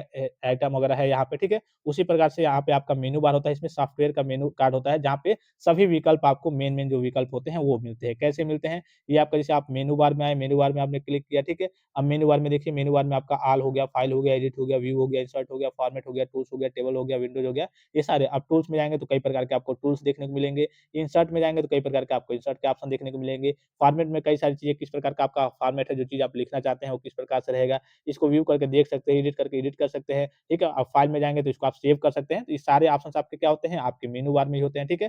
फिर उसके बाद से देखिए ऑल डिफिनिशन एक-एक करके मेनू बार हो गया, फिर आपका टाइटल बार हो गया। अब टाइटल बार में क्या होता है, क्या है यह? विंडो के सबसे ऊपर की पट्टी जो प्रोग्राम और फाइल का नाम दिखाती है और मिनिमाइज़, मैक्सिमाइज़, क्लोज़ बटन होते हैं। मैंने क्या कहा कि टाइटल बार किसे कहते हैं? तो विंडोज़ के अर्थात विंडो के जो भी आपका विंडो होता है जिसपे आप काम कर रहे हैं पूरा, तो विंडो के सबसे ऊपर की पट्टी जो प्रोग्राम और फाइल का नाम दिखाती है और मिनिमाइज़ और मैक्सिमाइज़, क्लोज़ बटन होते हैं। अब चलिए मैं आपको टाइटल बार एक बार दिखा दे रहा हूँ यहाँ पे। इसमें आपका टाइटल बार देखिए ये वाला है, ऊपर वाला है जिसमें ये ए, मिनिमाइज़ बटन हो गया, इसको थोड़ा-सा छोटा करना, मैक्सिमाइज़ हो गया, इसको बड़ा करना और कट करना है पेज को, और इसमें इसका नाम भी दिख रहा होगा किस पे आप काम कर रहे हैं। तो यहाँ पे देखिए, ये दिख रहा होगा टाइटल बार, ये देखिए यहाँ पे दिख रहा होगा आपको टाइटल बार, ठीक है? सबसे ऊपर अगर आप देखेंगे तो ये दिख रहा होगा आपको टाइटल बार दिख रहा है, ये देखिए ये टाइटल बार आपको दिख रहा है। यहाँ पे देखिए डॉक्यूमेंट का नाम क्या है, किस पे आप काम कर रहे हैं, और इसमें क्या है, मिनिमाइज़ बटन है, मैक्सिमाइज़ बटन है। इस बटन से क्या होता है, इस पे आप क्लिक करेंगे तो आपकी जो चीज़ आप काम कर रहे हैं, जैसे पूरे सिस्टम पे काम कर रहे हैं, तो इतने में करके हो जाएगा, ठीक है? फिर इस पे आप क्लिक करेंगे बीच वाले बटन पे, तो ये फिर से आपका बड़ा हो जाएगा पूरे तरीके सिस्टम पे, आपके पूरे विंडोज़ पे तरीके एक तरीके से पूरा पेज आपका कवर कर लेगा। फिर इस पे यही दोनों है, मिनिमाइज़, मैक्सिमाइज़, और फिर से एक कट बटन दिख रहा होगा, कट बटन पे क्लिक करेंगे तो आप जिस पेज पे काम कर रहे हैं, ये पेज आपका क्या हो जाएगा, कट हो जाएगा। तो ये आपका क्या हो गया, टूल बार हो गया। यही सब चीज़ों को मैं आपको समझा दे रहा हूँ, डेफिनिशन आप देख भी लेंगे। ये क्लोज़ बटन हो गया, मिनिमाइज़, मैक्सिमाइज़ और क्लोज़ बटन हो गया। ये रिबन हो गया, रिबन में क्या होता है, कुछ आपके जो टूल्स वगैरह होते हैं, जैसे आप कोई अच्छा लिख रहे हैं, इसको एबीसीडी कैपिटल में करना है, स्मॉल में करना है, बड़ा करना है, इसको थोड़ा-सा एडिट करना है, इसके स्टाइल वगैरह को चेंज करना है, तो ये आपके रिबन वगैरह में ये सारी चीज़ें एडिटिंग वगैरह ये फाइल आपके रिबन वगैरह में आती हैं, ठीक है? फिर रूलर हो गया, यहाँ पे एक रूलर का भी ऑप्शन होता है जब आप काम करते हैं, तो जहाँ पे रूलर की ज़रूरत पड़ती है, रूलर का भी उपयोग आपको देखने को मिल जाता है। ये देखिए आपका रूलर का ऑप्शन दिख रहा होगा। फिर वर्टिकल स्क्रॉल बार, ठीक है? आप इससे क्या करते हैं, जैसे पेज पे आप काम कर रहे हैं, पेज को नीचे-ऊपर करना है तो आप क्या करेंगे, इससे आप क्या करेंगे, इससे आप स्क्रॉल करेंगे, ठीक है? ये आपका वर्टिकल स्क्रॉल बार दिख रहा होगा, इससे आप क्या करेंगे, स्क्रॉल करेंगे। फिर स्टेटस बार दिख रहा होगा, यहाँ पे कुछ छोटे-मोटे स्टेटस वगैरह होते हैं, आपका किस पेज पे काम कर रहे हैं, और यहाँ पे नीचे आपका डेट टाइमिंग वगैरह होती है, ठीक है? ये आपकी स्टेटस बार में होती हैं। फिर कुछ बटन्स वगैरह होते हैं, जैसे ज़ूम वगैरह के लिए होता है, आपका स्लाइडर के लिए नीचे से भी होता है कि स्लाइड करना है, इधर-उधर स्लाइड करना है तो स्लाइडर होता है। ज़ूम के लिए कि फाइल आप काम कर रहे हैं तो थोड़ा-सा ज़ूम करना है, ज़ूम आउट करना है, ज़ूम इन करना है, ये ज़ूम वाले भी ऑप्शन होते हैं। फिर इंसर्ट पॉइंट मतलब यहाँ पे आप चीज़ों को क्या करेंगे, लिखेंगे, यहाँ पे इंसर्ट पॉइंट होता है। फिर ऑफिस के कुछ बटन वगैरह होते हैं, यहाँ पे दिख रहा होगा ऑफिस के बटन, जैसे यहाँ से आप लिखना स्टार्ट करेंगे, आप जिस पे भी आप पावर पॉइंट, एक्सेल या फिर प्रेजेंटेशन जिस पे भी आप काम कर रहे हैं, तो यहाँ से आप लिखना स्टार्ट करेंगे, ठीक है? फिर उसके बाद से यहाँ पे देखिए ऊपर और 1-2 button, quick access toolbar, यहाँ पे क्या करते हैं, जैसे आप मोबाइल में भी काम करते हैं, तो कुछ चीज़ों को आप ऊपर सेट कर देते हैं या फिर मिनिमाइज़ कर देते हैं कि अभी हमें इसे ओपन करना है, थोड़ी देर के लिए इसको हम ऐसे ही छोड़ दे रहे हैं। इसी प्रकार से यहाँ पे 3-4 बटन होंगे जिसको आप एक तरीके से सेट किए हुए हैं, अंडू रेडो करना। अंडू रेडो मतलब कोई काम कर रहे हैं, अब उसको तुरंत एक तरीके से एक थोड़ा-सा पिछला वाला, जैसे मान लीजिए कि एक काम हमने कर दिया, एक क्लिक कर दिया, अब इसको हमें रिमूव करना है तो हम थोड़ा-सा क्या कर देंगे, एक बैक कर देंगे, ठीक है? यहाँ पे ये वाला आपको एरो दिख रहा होगा, ठीक है? फिर उसके बाद से और जितने जो मेन फंक्शंस होते हैं जिसको यहाँ पे आप क्या करते हैं, सेट करते हैं कि हमें तुरंत वहाँ पे जाना है, इसके बाद से ये काम हम यहाँ पे कर रहे हैं, इसके बाद से तुरंत हमें जाना है, तो कुछ फाइल्स को हम यहाँ पे क्या करते हैं, सेट कर देते हैं। यही आपका क्या होता है, आपका क्विक एक्सेस टूल बार होता है कि जिसको हम तुरंत एक्सेस कर पाएँ, उसकी ज़रूरत है हमें तुरंत। तो यहाँ पे हम थोड़ा-सा काम कर रहे हैं, फिर हमें यहाँ पे जाना है, इस उस फाइल को हम यहाँ पे लगा देंगे, सेट कर लेंगे। ऑफ़िस बटन जिस भी ऑफ़िस पे आप काम करते हैं, open office, Libre office, MS office, तो उसका यहाँ पे कॉर्नर पे एक छोटा-सा बटन आपको देखने को मिल जाता है, ठीक है? तो ये सारे आपके मेन हो गए। अब चलिए एक-एक चीज़ों को हम इसका डेफिनिशन देख के आगे बढ़ते चलते हैं, ठीक है? टाइटल बार हो गया, टाइटल बार क्या होता है? विंडोज़ के सबसे ऊपरी की पट्टी जो प्रोग्राम और फ़ाइल का नाम दिखाती है, जैसे मिनिमाइज़, मैक्सिमाइज़ और क्लोज़ बटन जहाँ पे होते हैं। मेनू बार क्या हो गया? टाइटल बार के नीचे की पट्टी जिसमें सभी फ़ाइल, एडिट, व्यू आदि ड्रॉप डाउन मेनू होते हैं, जिसमें सभी कमांड्स वगैरह चुने जाते हैं। ये सब मैंने आपको दिखा दिया है, ठीक है? फिर आपका टूल बार क्या हो गया? मेनू बार के नीचे वाली पट्टी, मेनू बार के नीचे वाली पट्टी जिसमें अक्सर इस्तेमाल होने वाले tools save, print, cut, copy, paste के बटन होते हैं। फिर स्टेटस बार क्या हो गया? विंडोज़ के सबसे नीचे की पट्टी जो वर्तमान दस्तावेज़ की स्थिति, पेज नंबर, संख्या, भाषा आदि की जानकारी देती है। स्टेटस बार मैं आपको दिखा दूँ एक बार। ये आपका स्टेटस बार हो गया, ठीक है? ये आपका क्या हो गया? स्टेटस बार हो गया। पेज नंबर दिखाता है, कितना वर्ड्स आपने क्या-क्या चीज़ों को लिखा है। यही आपका क्या होता है? सबसे निचली विंडो की सबसे निचली की पट्टी होती है, यही आपका स्टेटस बार होता है। मैं बार-बार आपको डायग्राम नहीं दिखाऊँगा, एक बार आप डायग्राम देख कर के समझ जाएँगे, बस मैं आपको यहाँ पे समझाते चल रहा हूँ, ठीक है? फिर आपका स्क्रॉल बार हो गया, विंडो के दाईं और बाईं ओर वर्टिकल और हॉरिज़ॉन्टल में जो पट्टी होती है, जिसको खींच कर के क्या करते हैं, आप पेज को ऊपर ले जाते हैं, नीचे ले जाते हैं। एक बार फिर से मैं आपको दिखा दूँ, अब बार-बार दिखाऊँगा नहीं आपको। यहाँ पे देखिए, एक बार आप डायग्राम को देख गए तो आप समझ जाएँगे। स्क्रॉल बार में देखिए, एक आपका वर्टिकल स्क्रॉल बार होता है, जिसे पेज को ऊपर-नीचे करना है, एक आपका हॉरिज़ॉन्टल होता है, कि पेज को इधर-उधर करना है, ये आपका हॉरिज़ॉन्टल हो गया, एक आपका वर्टिकल हो गया, वही सारी चीज़ें हैं, ठीक है? बस अब मैं आपको डेफिनिशन बता दे रहा हूँ। स्क्रॉल बार हो गया, फिर एड्रेस बार हो गया, वेब ब्राउज़र के में ऊपर वह बॉक्स जहाँ वेबसाइट का यूआरएल या फ़ोल्डर का पता लिखा जाता है और दिखता है, जैसे आप मोबाइल में सर्च करते हैं गूगल में जाकर के, तो यहाँ पे सबसे ऊपर जैसे क्रोम में, गूगल में गए, तो लिखने का जो ऑप्शन आता है जहाँ पे सर्च करने का, तो वही आपका क्या होता है? एड्रेस बार होता है। टास्क बार क्या होता है? विंडो डेस्कटॉप के सबसे नीचे वाली पट्टी, स्टार्ट बटन खुलने वाले प्रोग्राम और सिस्टम, जहाँ पे स्टार्ट बटन सबसे नीचे कॉर्नर में होता है। स्टार्ट बटन पे क्लिक करना, प्रोग्राम वगैरह खोलने वाले सिस्टम वगैरह के ट्रे होते हैं, उसी को हम क्या कहते हैं? टास्क बार कहते हैं। रिबन क्या होता है? एमएस ऑफिस में मेन्यू बार की जगह टैब्स में व्यवस्थित टूल्स और कमांड्स की आधुनिक पट्टी। ये क्या होता है? रिबन होता है, जैसे रिबन मैं आपको चलिए एक बार दिखा दूँ। ये एमएस ऑफिस में जब आप काम करते हैं, तो एक रिबन की पट्टी होती है, जो विशिष्ट टूल्स आपको दिए जाते हैं। यहाँ पे देखिए, ये रिबन दिख रहा होगा, इसमें कुछ जो विशेष टूल्स है, आपका एडिटिंग करना, स्टाइल वगैरह, फ़ॉन्ट वगैरह, स्टाइल वगैरह इसको मैनेज करना, ये आपके क्या होते हैं? आपके रिबन में ही आते हैं, रिबन कहिए या फिर रिबन बार कहिए, ठीक है? फिर आपका रिबन के बाद से आपका फ़ॉर्मूला बार हो गया। एमएस एक्सेल में वह ऊपर वाला कली के बार जहाँ सेल का डेटा और फ़ॉर्मूला दिखते हैं और उसमें एडिट कर सकते हैं चीज़ों को। फिर आपका क्विक एक्सेस टूल बार मैंने अभी आपको ऊपर दिखाया, एमएस ऑफिस में स्टाइल बार के बाईं ओर छोटी पट्टी जहाँ पसंदीदा टूल्स सेव और अंडू के बटन होते हैं। पसंदीदा कुछ टूल्स वगैरह को आपने सेट कर दिया है कि क्विक एक्सेस हम काम कर रहे हैं, अब हमें वहाँ पे भी जाना है, वहाँ पे भी देखना है चीज़ों को। हम वहाँ पे कुछ बटन वगैरह, कुछ अपना जो भी काम कर रहे हैं उसको हम सेट कर दिए कि तुरंत हम वहाँ पे चले जाएँ। तो वो बटन आपका क्या होता है? आपका क्विक एक्सेस, वो जो आपका बार होता है, क्विक एक्सेस टूल बार होता है। नेविगेशन बार क्या होता है? ब्राउज़र या फ़ाइल एक्सप्लोरर में वह पट्टी जो बैक, फॉरवर्ड या फिर रिफ्रेश, होम बटन वगैरह दिखाते हैं, वो आपके नेविगेशन बार वगैरह होते हैं। आपका बुकमार्क बार क्या होता है? वेब ब्राउज़र में एड्रेस बार के नीचे वाली पट्टी जहाँ पसंदीदा वेबसाइट के शॉर्टकट सहेजे जाते हैं, कि शॉर्टकट वहाँ पे लिख दिए हैं, जब भी ज़रूरत होगी हम वहाँ पे तुरंत पहुँच जाएँगे। तो ये आपके क्या होते हैं? बुकमार्क होते हैं।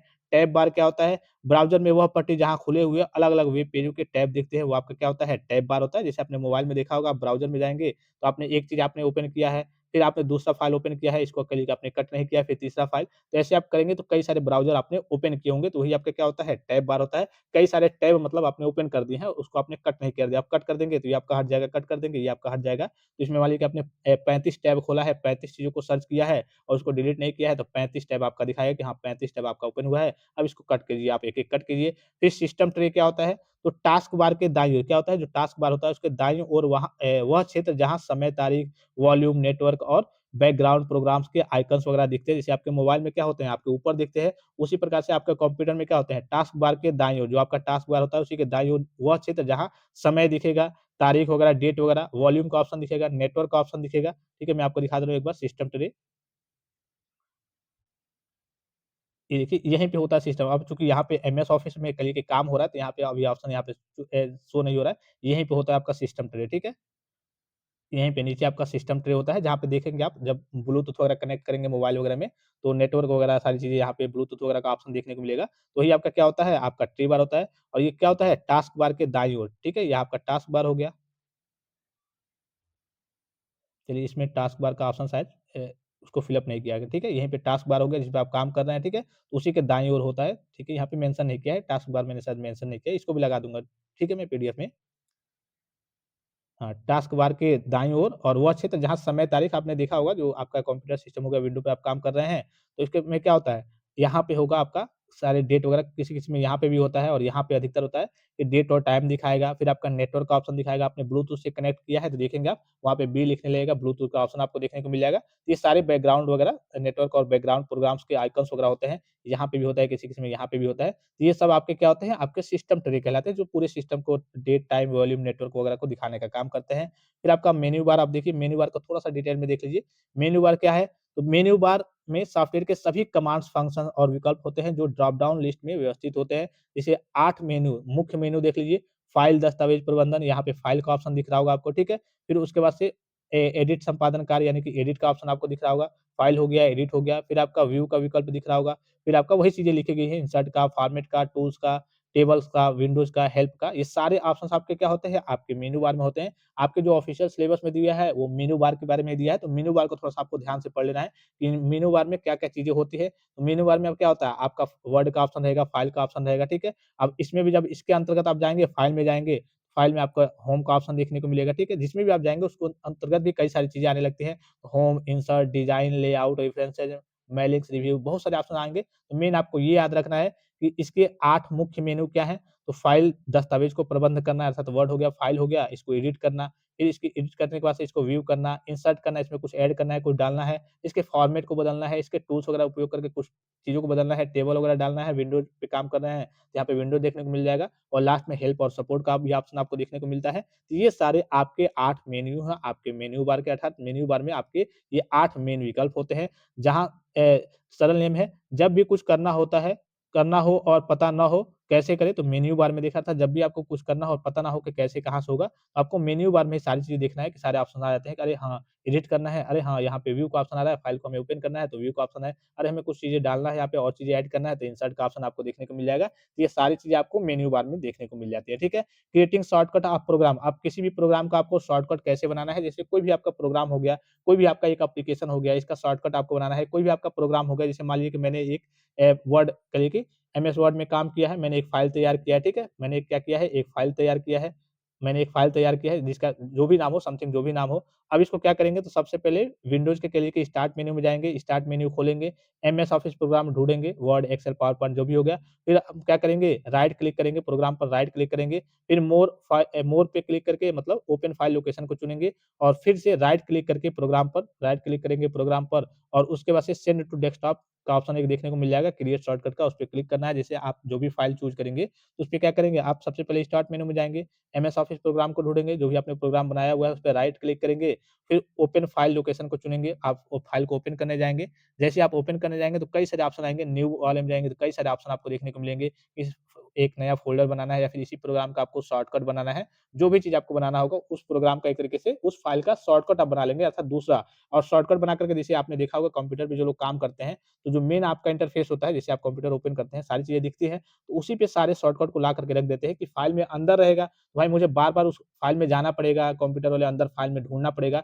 हम उसका एक प्रोग्राम शॉर्टकट बना करके क्या रख दे रहे हैं, ऊपर फाइल पे रख दे रहे हैं कि जैसे हम सिस्टम ओपन करेंगे, मेरे विंडो पे यही फाइल दिखेंगे ही, हम डायरेक्ट इस पे क्लिक करके अपना काम शुरू कर देंगे। तो उसी प्रोग्राम का हमें क्या करना होता है, शॉर्टकट बनाना होता है, शॉर्टकट बनाने के लिए उसी फाइल पे आपको जाना होता है और उसके बाद से आपको क्या करना होता है, राइट क्लिक करके उसमें कई सारे ऑप्शंस आपको देखने को मिलेंगे। तो उसमें न्यू वाले ऑप्शन पे आएँगे और हर एक जगह पे, हर एक सिस्टम में अलग-अलग तरीके से यहाँ पे ऑप्शन में आते हैं। तो न्यू में वही आपको एक शॉर्टकट का ऑप्शन देखने को मिल जाएगा, इस पे क्लिक करके अब शॉर्टकट आप कहाँ पे लेना चाहते हैं, फाइल के अंतर्गत ही आप शॉर्टकट बनाना चाहते हैं, अंदर ही दूसरा शॉर्टकट या फिर आप मेन अपने डेस्कटॉप कंप्यूटर के मेन होम स्क्रीन पे आप शॉर्टकट बनाना चाहते हैं। तो अधिकतर लोग होम स्क्रीन पे बनाते हैं, कि भाई इस फाइल की हमें ज़रूरत है, इस फाइल को हमें बार-बार उपयोग करना है, कोई वीडियोज़ हो गया, कोई फाइल हो गया, उसको हमें बार-बार देखना है या फिर कोई सॉफ्टवेयर हो गया, हम अपने मेन स्क्रीन पे लगा दे रहे हैं। जब भी कंप्यूटर ओपन करेंगे, मेन स्क्रीन पे दिखेगा, उसको तुरंत हम ओपन कर लेंगे। यही आपके एक कहिए कि क्रिएटिंग शॉर्टकट ऑफ प्रोग्राम का शॉर्टकट बनाना होता है।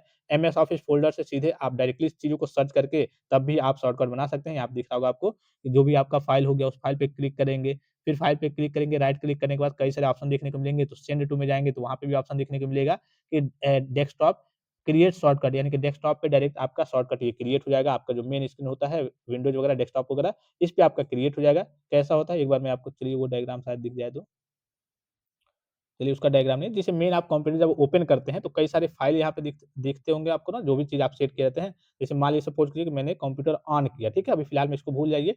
मैंने कंप्यूटर ऑन किया, ये यहाँ पे कई सारे लोगो, सिस्टम आपको देखने को मिलते होंगे, सब सारे वीडियो के, फाइल के, ठीक है? जो भी आप एप्लीकेशन रखे होंगे, सारे ऑप्शन देखने को मिलते हैं। तो इसी में आप क्या करते हैं, शॉर्टकट बना करके रखे हुए होते हैं, ये आपका अंदर फाइल में भी होते हैं। अब फाइल में आपको बार-बार काम करना है, फाइल में आप जाएँगे नहीं, तो यहीं पे शॉर्टकट बना करके आप मेन होम पेज पे रख लेते हैं। यही आपका क्या कहलाता है, आपका क्रिएटिंग शॉर्टकट ऑफ प्रोग्राम कहलाता है। अब चलिए थोड़ा-सा आगे चलते हैं, क्रिएटिंग शॉर्टकट ऑफ प्रोग्राम के बाद से क्या है आपका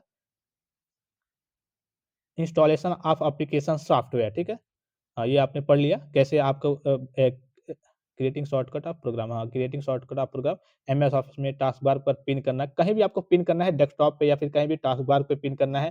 जैसे मान लीजिए कि सपोज़ कीजिए कि आप नीचे फ़ाइल को जैसे आप पिन करना चाहते हैं, ये पिन कर दिया है, बार-बार हम इसका उपयोग है तो हम नीचे पिन कर दे रहे हैं, तो उसको आपको पिन कर देना है। स्टार्ट मेन्यू में पिन करना है, स्टार्ट मेन्यू का ऑप्शन होता है, वहाँ पे भी आप पिन कर सकते हैं। ये तुरंत हमें जब भी हमें इसकी ज़रूरत पड़ेगी, हम स्टार्ट मेन्यू में जाएँगे, वहाँ पे पिन है, उस फ़ाइल को हम ओपन कर लेंगे। स्टार्ट मेन्यू में पिन कर सकते हैं, जहाँ भी आप पिन करना चाहते हैं। इंस्टॉलेशन ऑफ एप्लीकेशन सॉफ्टवेयर, किसी भी सॉफ्टवेयर का हमें इंस्टॉल कैसे करना है कंप्यूटर में, जैसे आप मोबाइल में प्ले स्टोर से जाकर के चीज़ों को इंस्टॉल कर लेते हैं, वैसे आपके कंप्यूटर में होता है। तो कंप्यूटर में भी आप जाकर के गूगल क्रोम से चीज़ों को इंस्टॉल कर सकते हैं, कुछ वहाँ पे मिल जाती हैं, कुछ वहाँ पे नहीं मिलेंगी, आपके पास अगर नहीं मिल पाती हैं या फिर आप डीवीडी या फिर ड्राइवर में या फिर कहिए कि मेमोरी वगैरह में, एचडीडी वगैरह में रखे हुए हैं, तो वहाँ से क्लिक करके आप इंस्टॉल करेंगे। तो सबसे पहले क्या होता है, इंस्टॉल करने के लिए सबसे पहला स्टेप कि सॉफ्टवेयर को ढूँढना और डाउनलोड करना। सॉफ्टवेयर आपका जहाँ पे है, ऑफिशियल वेबसाइट है, तो वहाँ से डाउनलोड करेंगे। जो भी आपका एमएस ऑफिस का हो गया, ओपन ऑफिस, लिब्रे ऑफिस या फिर जो भी आपका ये बस एप्लीकेशन के मतलब कि इंस्टॉलेशन ऑफ एप्लीकेशन सॉफ्टवेयर, जैसे मान लीजिए कि आपको कह लीजिए कि कोई नॉर्मल है, कह लीजिए कि आपको गूगल ही सॉफ्टवेयर है, उसको कह लीजिए कि डाउनलोड करना है, इंस्टॉल करना है। किसी भी चीज़ को आपको व्हाट्सएप पे डाउनलोड करना है, इंस्टॉल करना है, तो आप उसको इंस्टॉल कैसे करेंगे? तो सबसे पहले क्या करना होता है, आपको उस एप्लीकेशन अर्थात सॉफ्टवेयर को ढूँढना होता है। ऑफिशियल वेबसाइट से ढूँढेंगे या फिर आपने सीडी, डीवीडी, एचडीडी में रखा हुआ है, तो उससे डायरेक्टली उस फाइल से आप डायरेक्टली इंस्टॉल कर सकते हैं। फिर इंस्टॉलर फाइल खोलना, डाउनलोड फ़ोल्डर में जाएँगे, उसके बाद से एक्सेस फाइल पर डबल क्लिक करेंगे, तो ये आपका इंस्टॉलर फाइल क्या हो जाएगा, आपको ओपन हो जाएगा। इंस्टॉलेशन शुरू करना, फिर उसके बाद से आपका सेटअप इंस्टॉल बटन पे क्लिक करेंगे, नेक्स्ट बटन दबाएँगे, तो आपका इंस्टॉल का ऑप्शन आता है। जैसे मोबाइल में आप जैसे चीज़ों को इंस्टॉल करते हैं प्ले स्टोर से जाकर के, तो डायरेक्ट आपका इंस्टॉल होने लगता है, ओपन होने लगता है। उसी प्रकार से कंप्यूटर में भी सेम यही होता है, बस थोड़े-से ऑप्शन थोड़े-से अलग होते हैं। इंस्टॉलेशन फाइल पहले आपको खोलना होता है, डाउनलोड फ़ोल्डर में जाएँगे और एक्स फाइल पर डबल क्लिक करेंगे, तो आपका इंस्टॉलेशन का काम उसके बाद से आ जाएगा। इंस्टॉलेशन सेटअप इंस्टॉल करने का बटन आएगा, उस पे क्लिक करेंगे और नेक्स्ट बटन दबाएँगे, आपका इंस्टॉल होते जाएगा। लाइसेंस एग्रीमेंट आपको वही जो एक्सेप्ट करने का ऑप्शन आता है कि हाँ, येस एग्री करके नेक्स्ट बटन पे दबाना है। इंस्टॉलेशन लोकेशन चुनना, डिफ़ॉल्ट लोकेशन रहने दें, जो भी आपका लोकेशन है पहले से उसी को रहने दें या फिर ब्राउज़र बटन से अलग लोकेशन चुनें। बस वही आपको लोकेशन वगैरह देना होता है, ऑन करना होता है, वही सारी चीज़ें हैं। फिर अतिरिक्त कंपोनेंट्स चुनना, ज़रूरी कंपोनेंट्स चेक करें, अनावश्यक को अनचेक करें। जैसे कई सारे उसमें चेक करने का ऑप्शन आता है कि हाँ, इसको आप अलाउ करते हैं, इसको आप चेक करना चाहते हैं, तो उसको चेक करके टिक करना होता है और आप लास्ट में उसको शॉर्टकट बनाना चाहते हैं कि हाँ, क्रिएट शॉर्टकट आप डेस्कटॉप चेक करें या फिर स्टार्ट मेनू में ऐड करें या फिर नेक्स्ट बटन दबाएँ कि आपका जो भी प्रोग्राम हो गया जिसको आप इंस्टॉल कर रहे हैं, तो आपके फाइल में तो रहेगा ही रहेगा, अंदर आपने इंस्टॉल किया है जहाँ से, आपका डेस्कटॉप पे भी जो मेन स्क्रीन है, होम स्क्रीन, यहाँ पे भी आपका प्रदर्शित हो जाएगा, तो उसपे भी आपको क्रिएट शॉर्टकट करना है, उसपे भी आप कर देंगे। उसके बाद से आपका इंस्टॉलेशन क्या होगा, प्रोग्रेस में रहेगा, आपका इंस्टॉलेशन आपका चलते रहेगा और 5-10 मिनट में आपका इंस्टॉल हो जाएगा।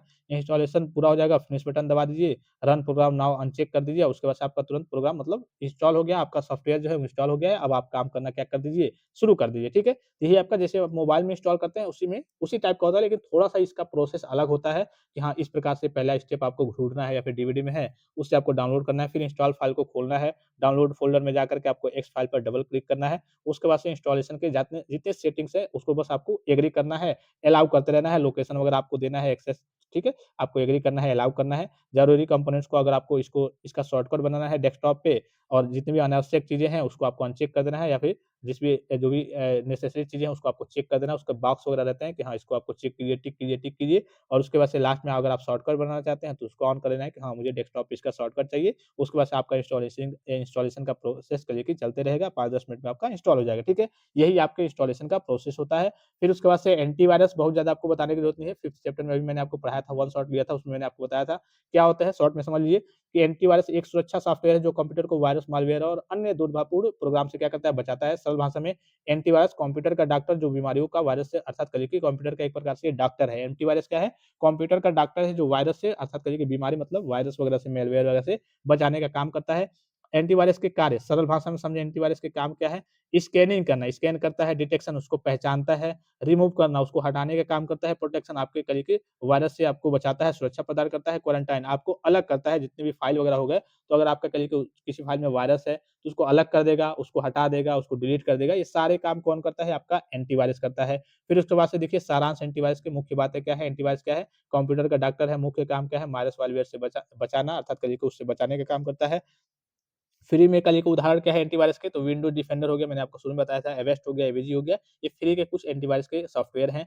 पेड उदाहरण की बात करें तो नॉर्टन हो गया, कैस्पेरस्की हो गया, आपका क्विक हेल हो गया, ये पेड वर्जन है आपके सॉफ्टवेयर के, थोड़े से अच्छे से काम करते हैं। भारतीय कल के कुछ सॉफ्टवेयर की बात करें तो क्विक हेल हो गया और ई स्कैन हो गया, ये आपके भारतीय कुछ सॉफ्टवेयर वगैरह है एंटीवायरस के। महत्व क्या हो गया? बिना एंटीवायरस कंप्यूटर आपका असुरक्षित है अर्थात सुरक्षित नहीं है। एंटीवायरस आपको चाहिए ही चाहिए अगर आपको कंप्यूटर पे सही तरीके से काम करना है, वायरस से बचना है तो, ठीक है? प्रसिद्ध एंटीवायरस के उदाहरण वगैरह देख लीजिए, फ्री एंटीवायरस ये मैंने आपको वही बताया कि क्या-क्या है। फिर भारत के एंटीवायरस वही डिटेल में मैंने लिखा हुआ है, यहाँ पे शॉर्ट में है, यहाँ पे थोड़ा-सा डिटेल में है, ठीक है?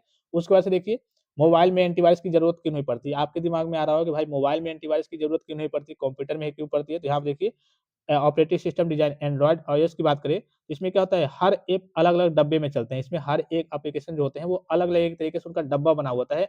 एक ऐप दूसरे ऐप को नुकसान नहीं पहुँचा सकते, हर ऐप का अपना अलग काम होता है, अलग तरीके से काम करते हैं। एक एप्लीकेशन कभी भी दूसरे एप्लीकेशन को मोबाइल में नुकसान नहीं पहुँचाते हैं और दूसरा क्या है कि सभी ऐप्स स्कैन होते हैं। ये प्ले स्टोर पे पहले जैसे आपका प्ले स्टोर एक तरीके से एक घर दे दिया गया है, उस घर में प्ले स्टोर में सभी एप्लीकेशन सॉफ्टवेयर को कहीं पे फेंक दिया गया है। उसमें से जो भी आपको लेना है तो ले लेंगे। तो प्ले स्टोर क्या करता है, पहले से ही जो भी एप्लीकेशन आप बना करके गूगल से मतलब प्ले स्टोर पे अपडेट कराना चाहते हैं, तो गूगल प्ले स्टोर पहले से उसको स्कैन करता है कि फ्रॉड या तो नहीं है, ठीक-ठाक है, सही है या फिर नहीं। तो इसीलिए इसमें कहिए कि वायरस वगैरह कहिए कि हैकिंग वगैरह कहिए कि हमले वगैरह काफ़ी कम होते हैं क्योंकि ये सेफ रहता है।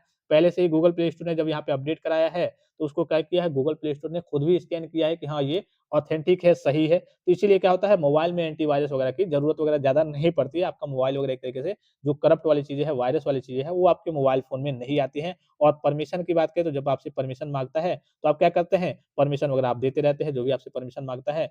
हर ऐप अलग तरीके ऐप का अलग-अलग परमिशन होता है, तो जितना आपका ज़रूरत हो उतना ही आप परमिशन दीजिए, ज़्यादा आपको परमिशन नहीं देना है। जैसे उदाहरण के लिए कैमरा, माइक्रोफ़ोन, लोकेशन, जो भी आपका जहाँ पे ज़रूरत है जिस चीज़ की। अब जैसे मान लीजिए कि कोई एप्लीकेशन है जिस पे आप काम करना चाहते हैं, गेम खेलना चाहते हैं, तो वो आपसे परमिशन माँग रहा है कि आप अपने गैलरी का एक्सेस दीजिए, गैलरी का परमिशन दीजिए कि हम आपके फ़ोटो वीडियो को देखें। तो आपको वो परमिशन नहीं देना है। भाई जो काम करने के लिए हम इसका उपयोग कर रहे हैं कि माइक, कैमरा का चलिए नॉर्मल उपयोग कर लिए, एक्सेस दे रहे हैं, तो उसका ही हमें एक्सेस देना है, उसका परमिशन देना है, हर एक चीज़ का हमें परमिशन नहीं देना है। और नियमित यहाँ पे क्या करते हैं, नियमित सुरक्षा अपडेट्स मिलते रहते हैं। गूगल ऐप्स समय-समय पर क्या करता है, पैच रिलीज़ करते रहते हैं। ऑटोमेटिक अपडेट्स मोबाइल में ऑटोमेटिक अपडेट्स का या फिर ऑटोमेटिक नहीं होगा तो आप भी मोबाइल का भी अपडेट आता होगा और जितने एप्लीकेशन हो गए, तो एप्लीकेशन का भी अपडेट्स आता होगा। इसके चलते क्या रहते हैं, आपके मोबाइल में एंटीवायरस वगैरह की ज़रूरत नहीं पड़ती है और कंप्यूटर में आपके एंटीवायरस की ज़रूरत पड़ती है, ठीक है? यही कारण है कि आपके मोबाइल में एंटीवायरस वगैरह की ज़रूरत नहीं पड़ती है। अब थोड़ा-सा आगे चलते हैं, उसके बाद से ड्राइवर्स के बारे में मैंने आपको शुरू में ही बताया था, बहुत ज़्यादा आपको बताने की ज़रूरत नहीं है। ड्राइवर्स क्या है?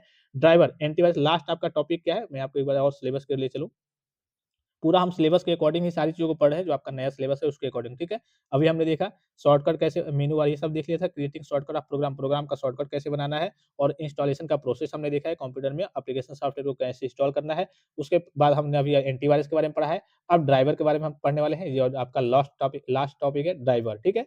अब ड्राइवर क्या होता है वो थोड़ा-सा देख लीजिए और ये सारे नोट्स पीडीएफ आपको सिंपल, सरल और आसान भाषा में पॉली वाला टेक्निक एप्लीकेशन पे मिनिमम चार्जेज़ में देखने को मिल जाएँगे। ड्राइवर क्या होता है वो थोड़ा-सा देख लीजिए, ड्राइवर क्या होता है?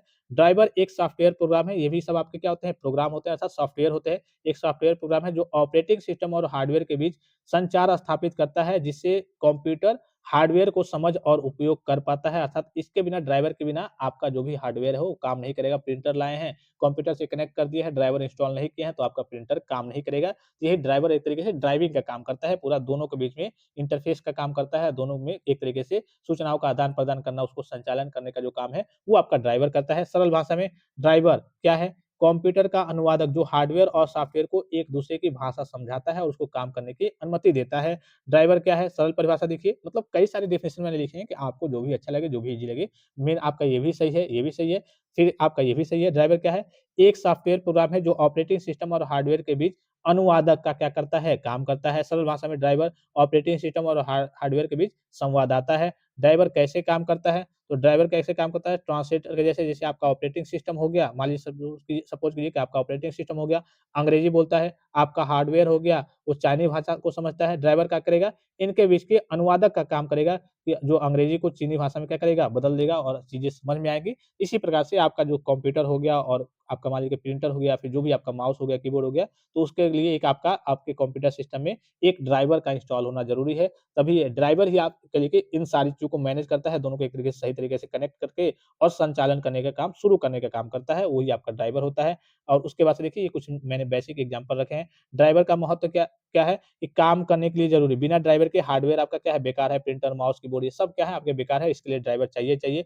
परफॉर्मेंस के लिए नया ड्राइवर हो गया तो बेहतर परफॉर्मेंस देगा, स्थिरता के लिए सही ड्राइवर हो गया तो कोई क्रैश वगैरह नहीं होगा, गलत ड्राइवर होगा तो ब्लू स्क्रीन आने लगेगा। नए फीचर्स के लिए नए अपडेट्स आते रहते हैं, तो नए फीचर्स लाते हैं, नए अपडेट्स, नए फीचर्स लाते हैं और बग फिक्स वगैरह सुरक्षा से ये क्या करते हैं, आपके ड्राइवर्स वगैरह बचाते हैं। फिर उसके बाद से देखिए सरल ड्राइवर के कुछ उदाहरण वगैरह देख लीजिए, ये सारे आपके क्या है, आपके कंप्यूटर सिस्टम में आपके ड्राइवर के कुछ सिंबल वगैरह हैं, जब भी आप जैसे मान लीजिए कि सपोज़ कीजिए कि आप ग्राफिक कार्ड को ड्राइवर से कनेक्ट कर रहे हैं, तो ये आपका इस प्रकार से ऑप्शन आएगा, ठीक है? ये सारे आपके क्या हैं, ड्राइवर के एग्ज़ाम्पल हैं, आपके सिस्टम में देखने को मिलेंगे। अब ड्राइवर का उदाहरण देख लीजिए, काम क्या है? कंप्यूटर से प्रिंटर तक निर्देश भेजना, उदाहरण के लिए आपका एचपी लेज़र या फिर जेट प्रिंटर हो गया, फिर ड्राइवर हो गया, फिर कैनन प्रिंटर ड्राइवर हो गया। ये सब क्या करते हैं, आपके कंप्यूटर से आपके जो भी प्रिंटर हो गया, उससे कनेक्ट करने का काम करते हैं। तो ये प्रिंटर ड्राइवर के कुछ नाम हैं, ये आपको बहुत ज़्यादा नहीं देखना है। जैसे नेटवर्क ड्राइवर हो गया, हर एक चीज़ के ड्राइवर होते हैं, प्रिंटर के, नेटवर्क के, कीबोर्ड के, माउस के, तो उसके नाम वगैरह हैं, बस एग्ज़ाम्पल हैं और नाम वगैरह हैं, ठीक है? वही सारी चीज़ें हैं। और ड्राइवर के प्रकार में आपका एक जेनेरिक ड्राइवर होता है, जो क्या होता है, विंडोज़ में पहले से आते हैं, वही मैंने आपको बताया कि कुछ ड्राइवर आपके पहले से विंडोज़ में इंस्टॉल होते हैं और कुछ नहीं होते हैं, तो आपको इंस्टॉल करने होते हैं। तो एक जेनेरिक ड्राइवर होते हैं, जो विंडोज़ में पहले से आते हैं, उदाहरण के लिए बेसिक डिस्प्ले ड्राइवर हो गया, जो डिस्प्ले वाली चीज़ है, उसको क्लिक ओपन करने के लिए, तो ये पहले से ही आपके विंडोज़ में आते हैं। और एक मैन्युफैक्चरर ड्राइवर होता है, कंपनी के द्वारा बनाए जाते हैं, जो भी कंपनी जो चीज़ बनाती है, प्रिंटर या फिर जो भी चीज़, तो वो अपना क्लिक उनका एक तरीके से कंपनी पे उनका मैन्युफैक्चरर ड्राइवर होता है, वहाँ से आपको इंस्टॉल करना होता है। और एक होता है यूनिवर्सल ड्राइवर, कई डिवाइस के लिए काम करता है, जैसे यूएसबी आपका ड्राइवर हो गया, तो यूएसबी आपका यूनिवर्सल ड्राइवर होता है। किसी भी कंपनी कोई भी कंपनी यूएसबी बनाई है, तो आप क्या करेंगे सिस्टम में किसी भी कंपनी का आप यूएसबी ड्राइवर इंस्टॉल कर लेंगे और उसके बाद से ये काम करना आपका शुरू कर देगी। तो 3 प्रकार के आपके ड्राइवर होते हैं, जेनेरिक ड्राइवर, मैन्युफैक्चरर ड्राइवर और यूनिवर्सल ड्राइवर। ये क्या हो गया आपका चैप्टर नंबर अर्थात यूनिट नंबर 2 क्या हो गया, समाप्त हो गया। सिंपल, सरल और आसान भाषा में हमने सारी चीज़ों को देखा, सारी चीज़ों को समझा और जो भी आपका नया सिलेबस आया है, सिलेबस के अकॉर्डिंग ही हमने सारी चीज़ों को देखा, सारी चीज़ों को समझा। और भी किसी प्रकार का संदेह हो, कोई डाउट्स हो, कोई मन में आपके मन में संदेह हो, तो आप कमेंट बॉक्स में या फिर व्हाट्सएप पे डायरेक्टली मैसेज करके भी हमसे सारी चीज़ों को पूछ सकते हैं कि सर ये चीज़ हमें समझ में नहीं आया है, ये चीज़ हमें फिर से बता दीजिए। अगर आपने लेक्चर को ध्यान से देखा होगा तो मुझे उम्मीद है कि सारी चीज़ें आपको समझ में आई होंगी। तो फिलहाल इस लेक्चर में इतना ही। एक और चीज़ मैं आपको बता दूँ कि अगर आपको सभी सब्जेक्ट के सेकंड सेमेस्टर के ईज़ी-ईज़ी सिंपल डेफिनिशन के साथ ईज़ी-ईज़ी सभी सब्जेक्ट के नोट्स प्रिंटेड फॉर्म में जैसे कि आपको इंटरफ़ेस पे दिख रहा होगा, देख कर के आप चीज़ों को समझ जाएँगे। नोट्स, बुक, ई-बुक, बुक भी मिलेगा आपको, नोट्स, ई-बुक आपको मिलेगा ही मिलेगा, नोट्स आपका अलग हो गया। फिर एक-एक लाइन वाला जो मैंने आपको बताया था, अगर आपने शॉर्ट्स वीडियो को देखा होगा या फिर मैंने आपको बताया भी था कि एक-एक लाइन के हर एक चैप्टर के जितने टॉपिक्स हैं, उनका सिंपल, सरल और आसान परिभाषा में एक-एक लाइन में क्या कर रहा हूँ, डेफिनिशन को तैयार कर रहा हूँ। एक-एक लाइन में डेफिनिशन आपको देखना है, जैसे लास्ट टाइम में रिवीजन के लिए वो आपके लिए बेस्ट रहेगा। तो ये सारी चीज़ें आपको पॉली वाला टेक्निक एप्लीकेशन पे और पीवाईक्यू, प्री बोर्ड का पेपर 2000 इस साल का जो नया वाला है, वो आपको देखने को मिल जाएगा कि आपकी प्रैक्टिस और अच्छे खासे तरीके से हो, आपकी प्रैक्टिस वगैरह बूस्ट हो, ठीक है? अच्छे तरीके से आप प्रैक्टिस कर पाएँ। एमसीक्यू भी मैं आपको दे दूँगा और एक-एक नंबर के जितने क्वेश्चन्स वगैरह हैं, वो भी मैं आपको सारी चीज़ें दे दूँगा। ये सारी चीज़ें आपको पॉली वाला टेक्निक एप्लीकेशन पे मिनिमम चार्जेज़ में देखने को मिल जाएगी। तो फिलहाल इस लेक्चर में इतना ही, इजाज़त दीजिए। धन्यवाद, थैंक्स फॉर वॉचिंग, मिलते हैं नेक्स्ट लेक्चर में।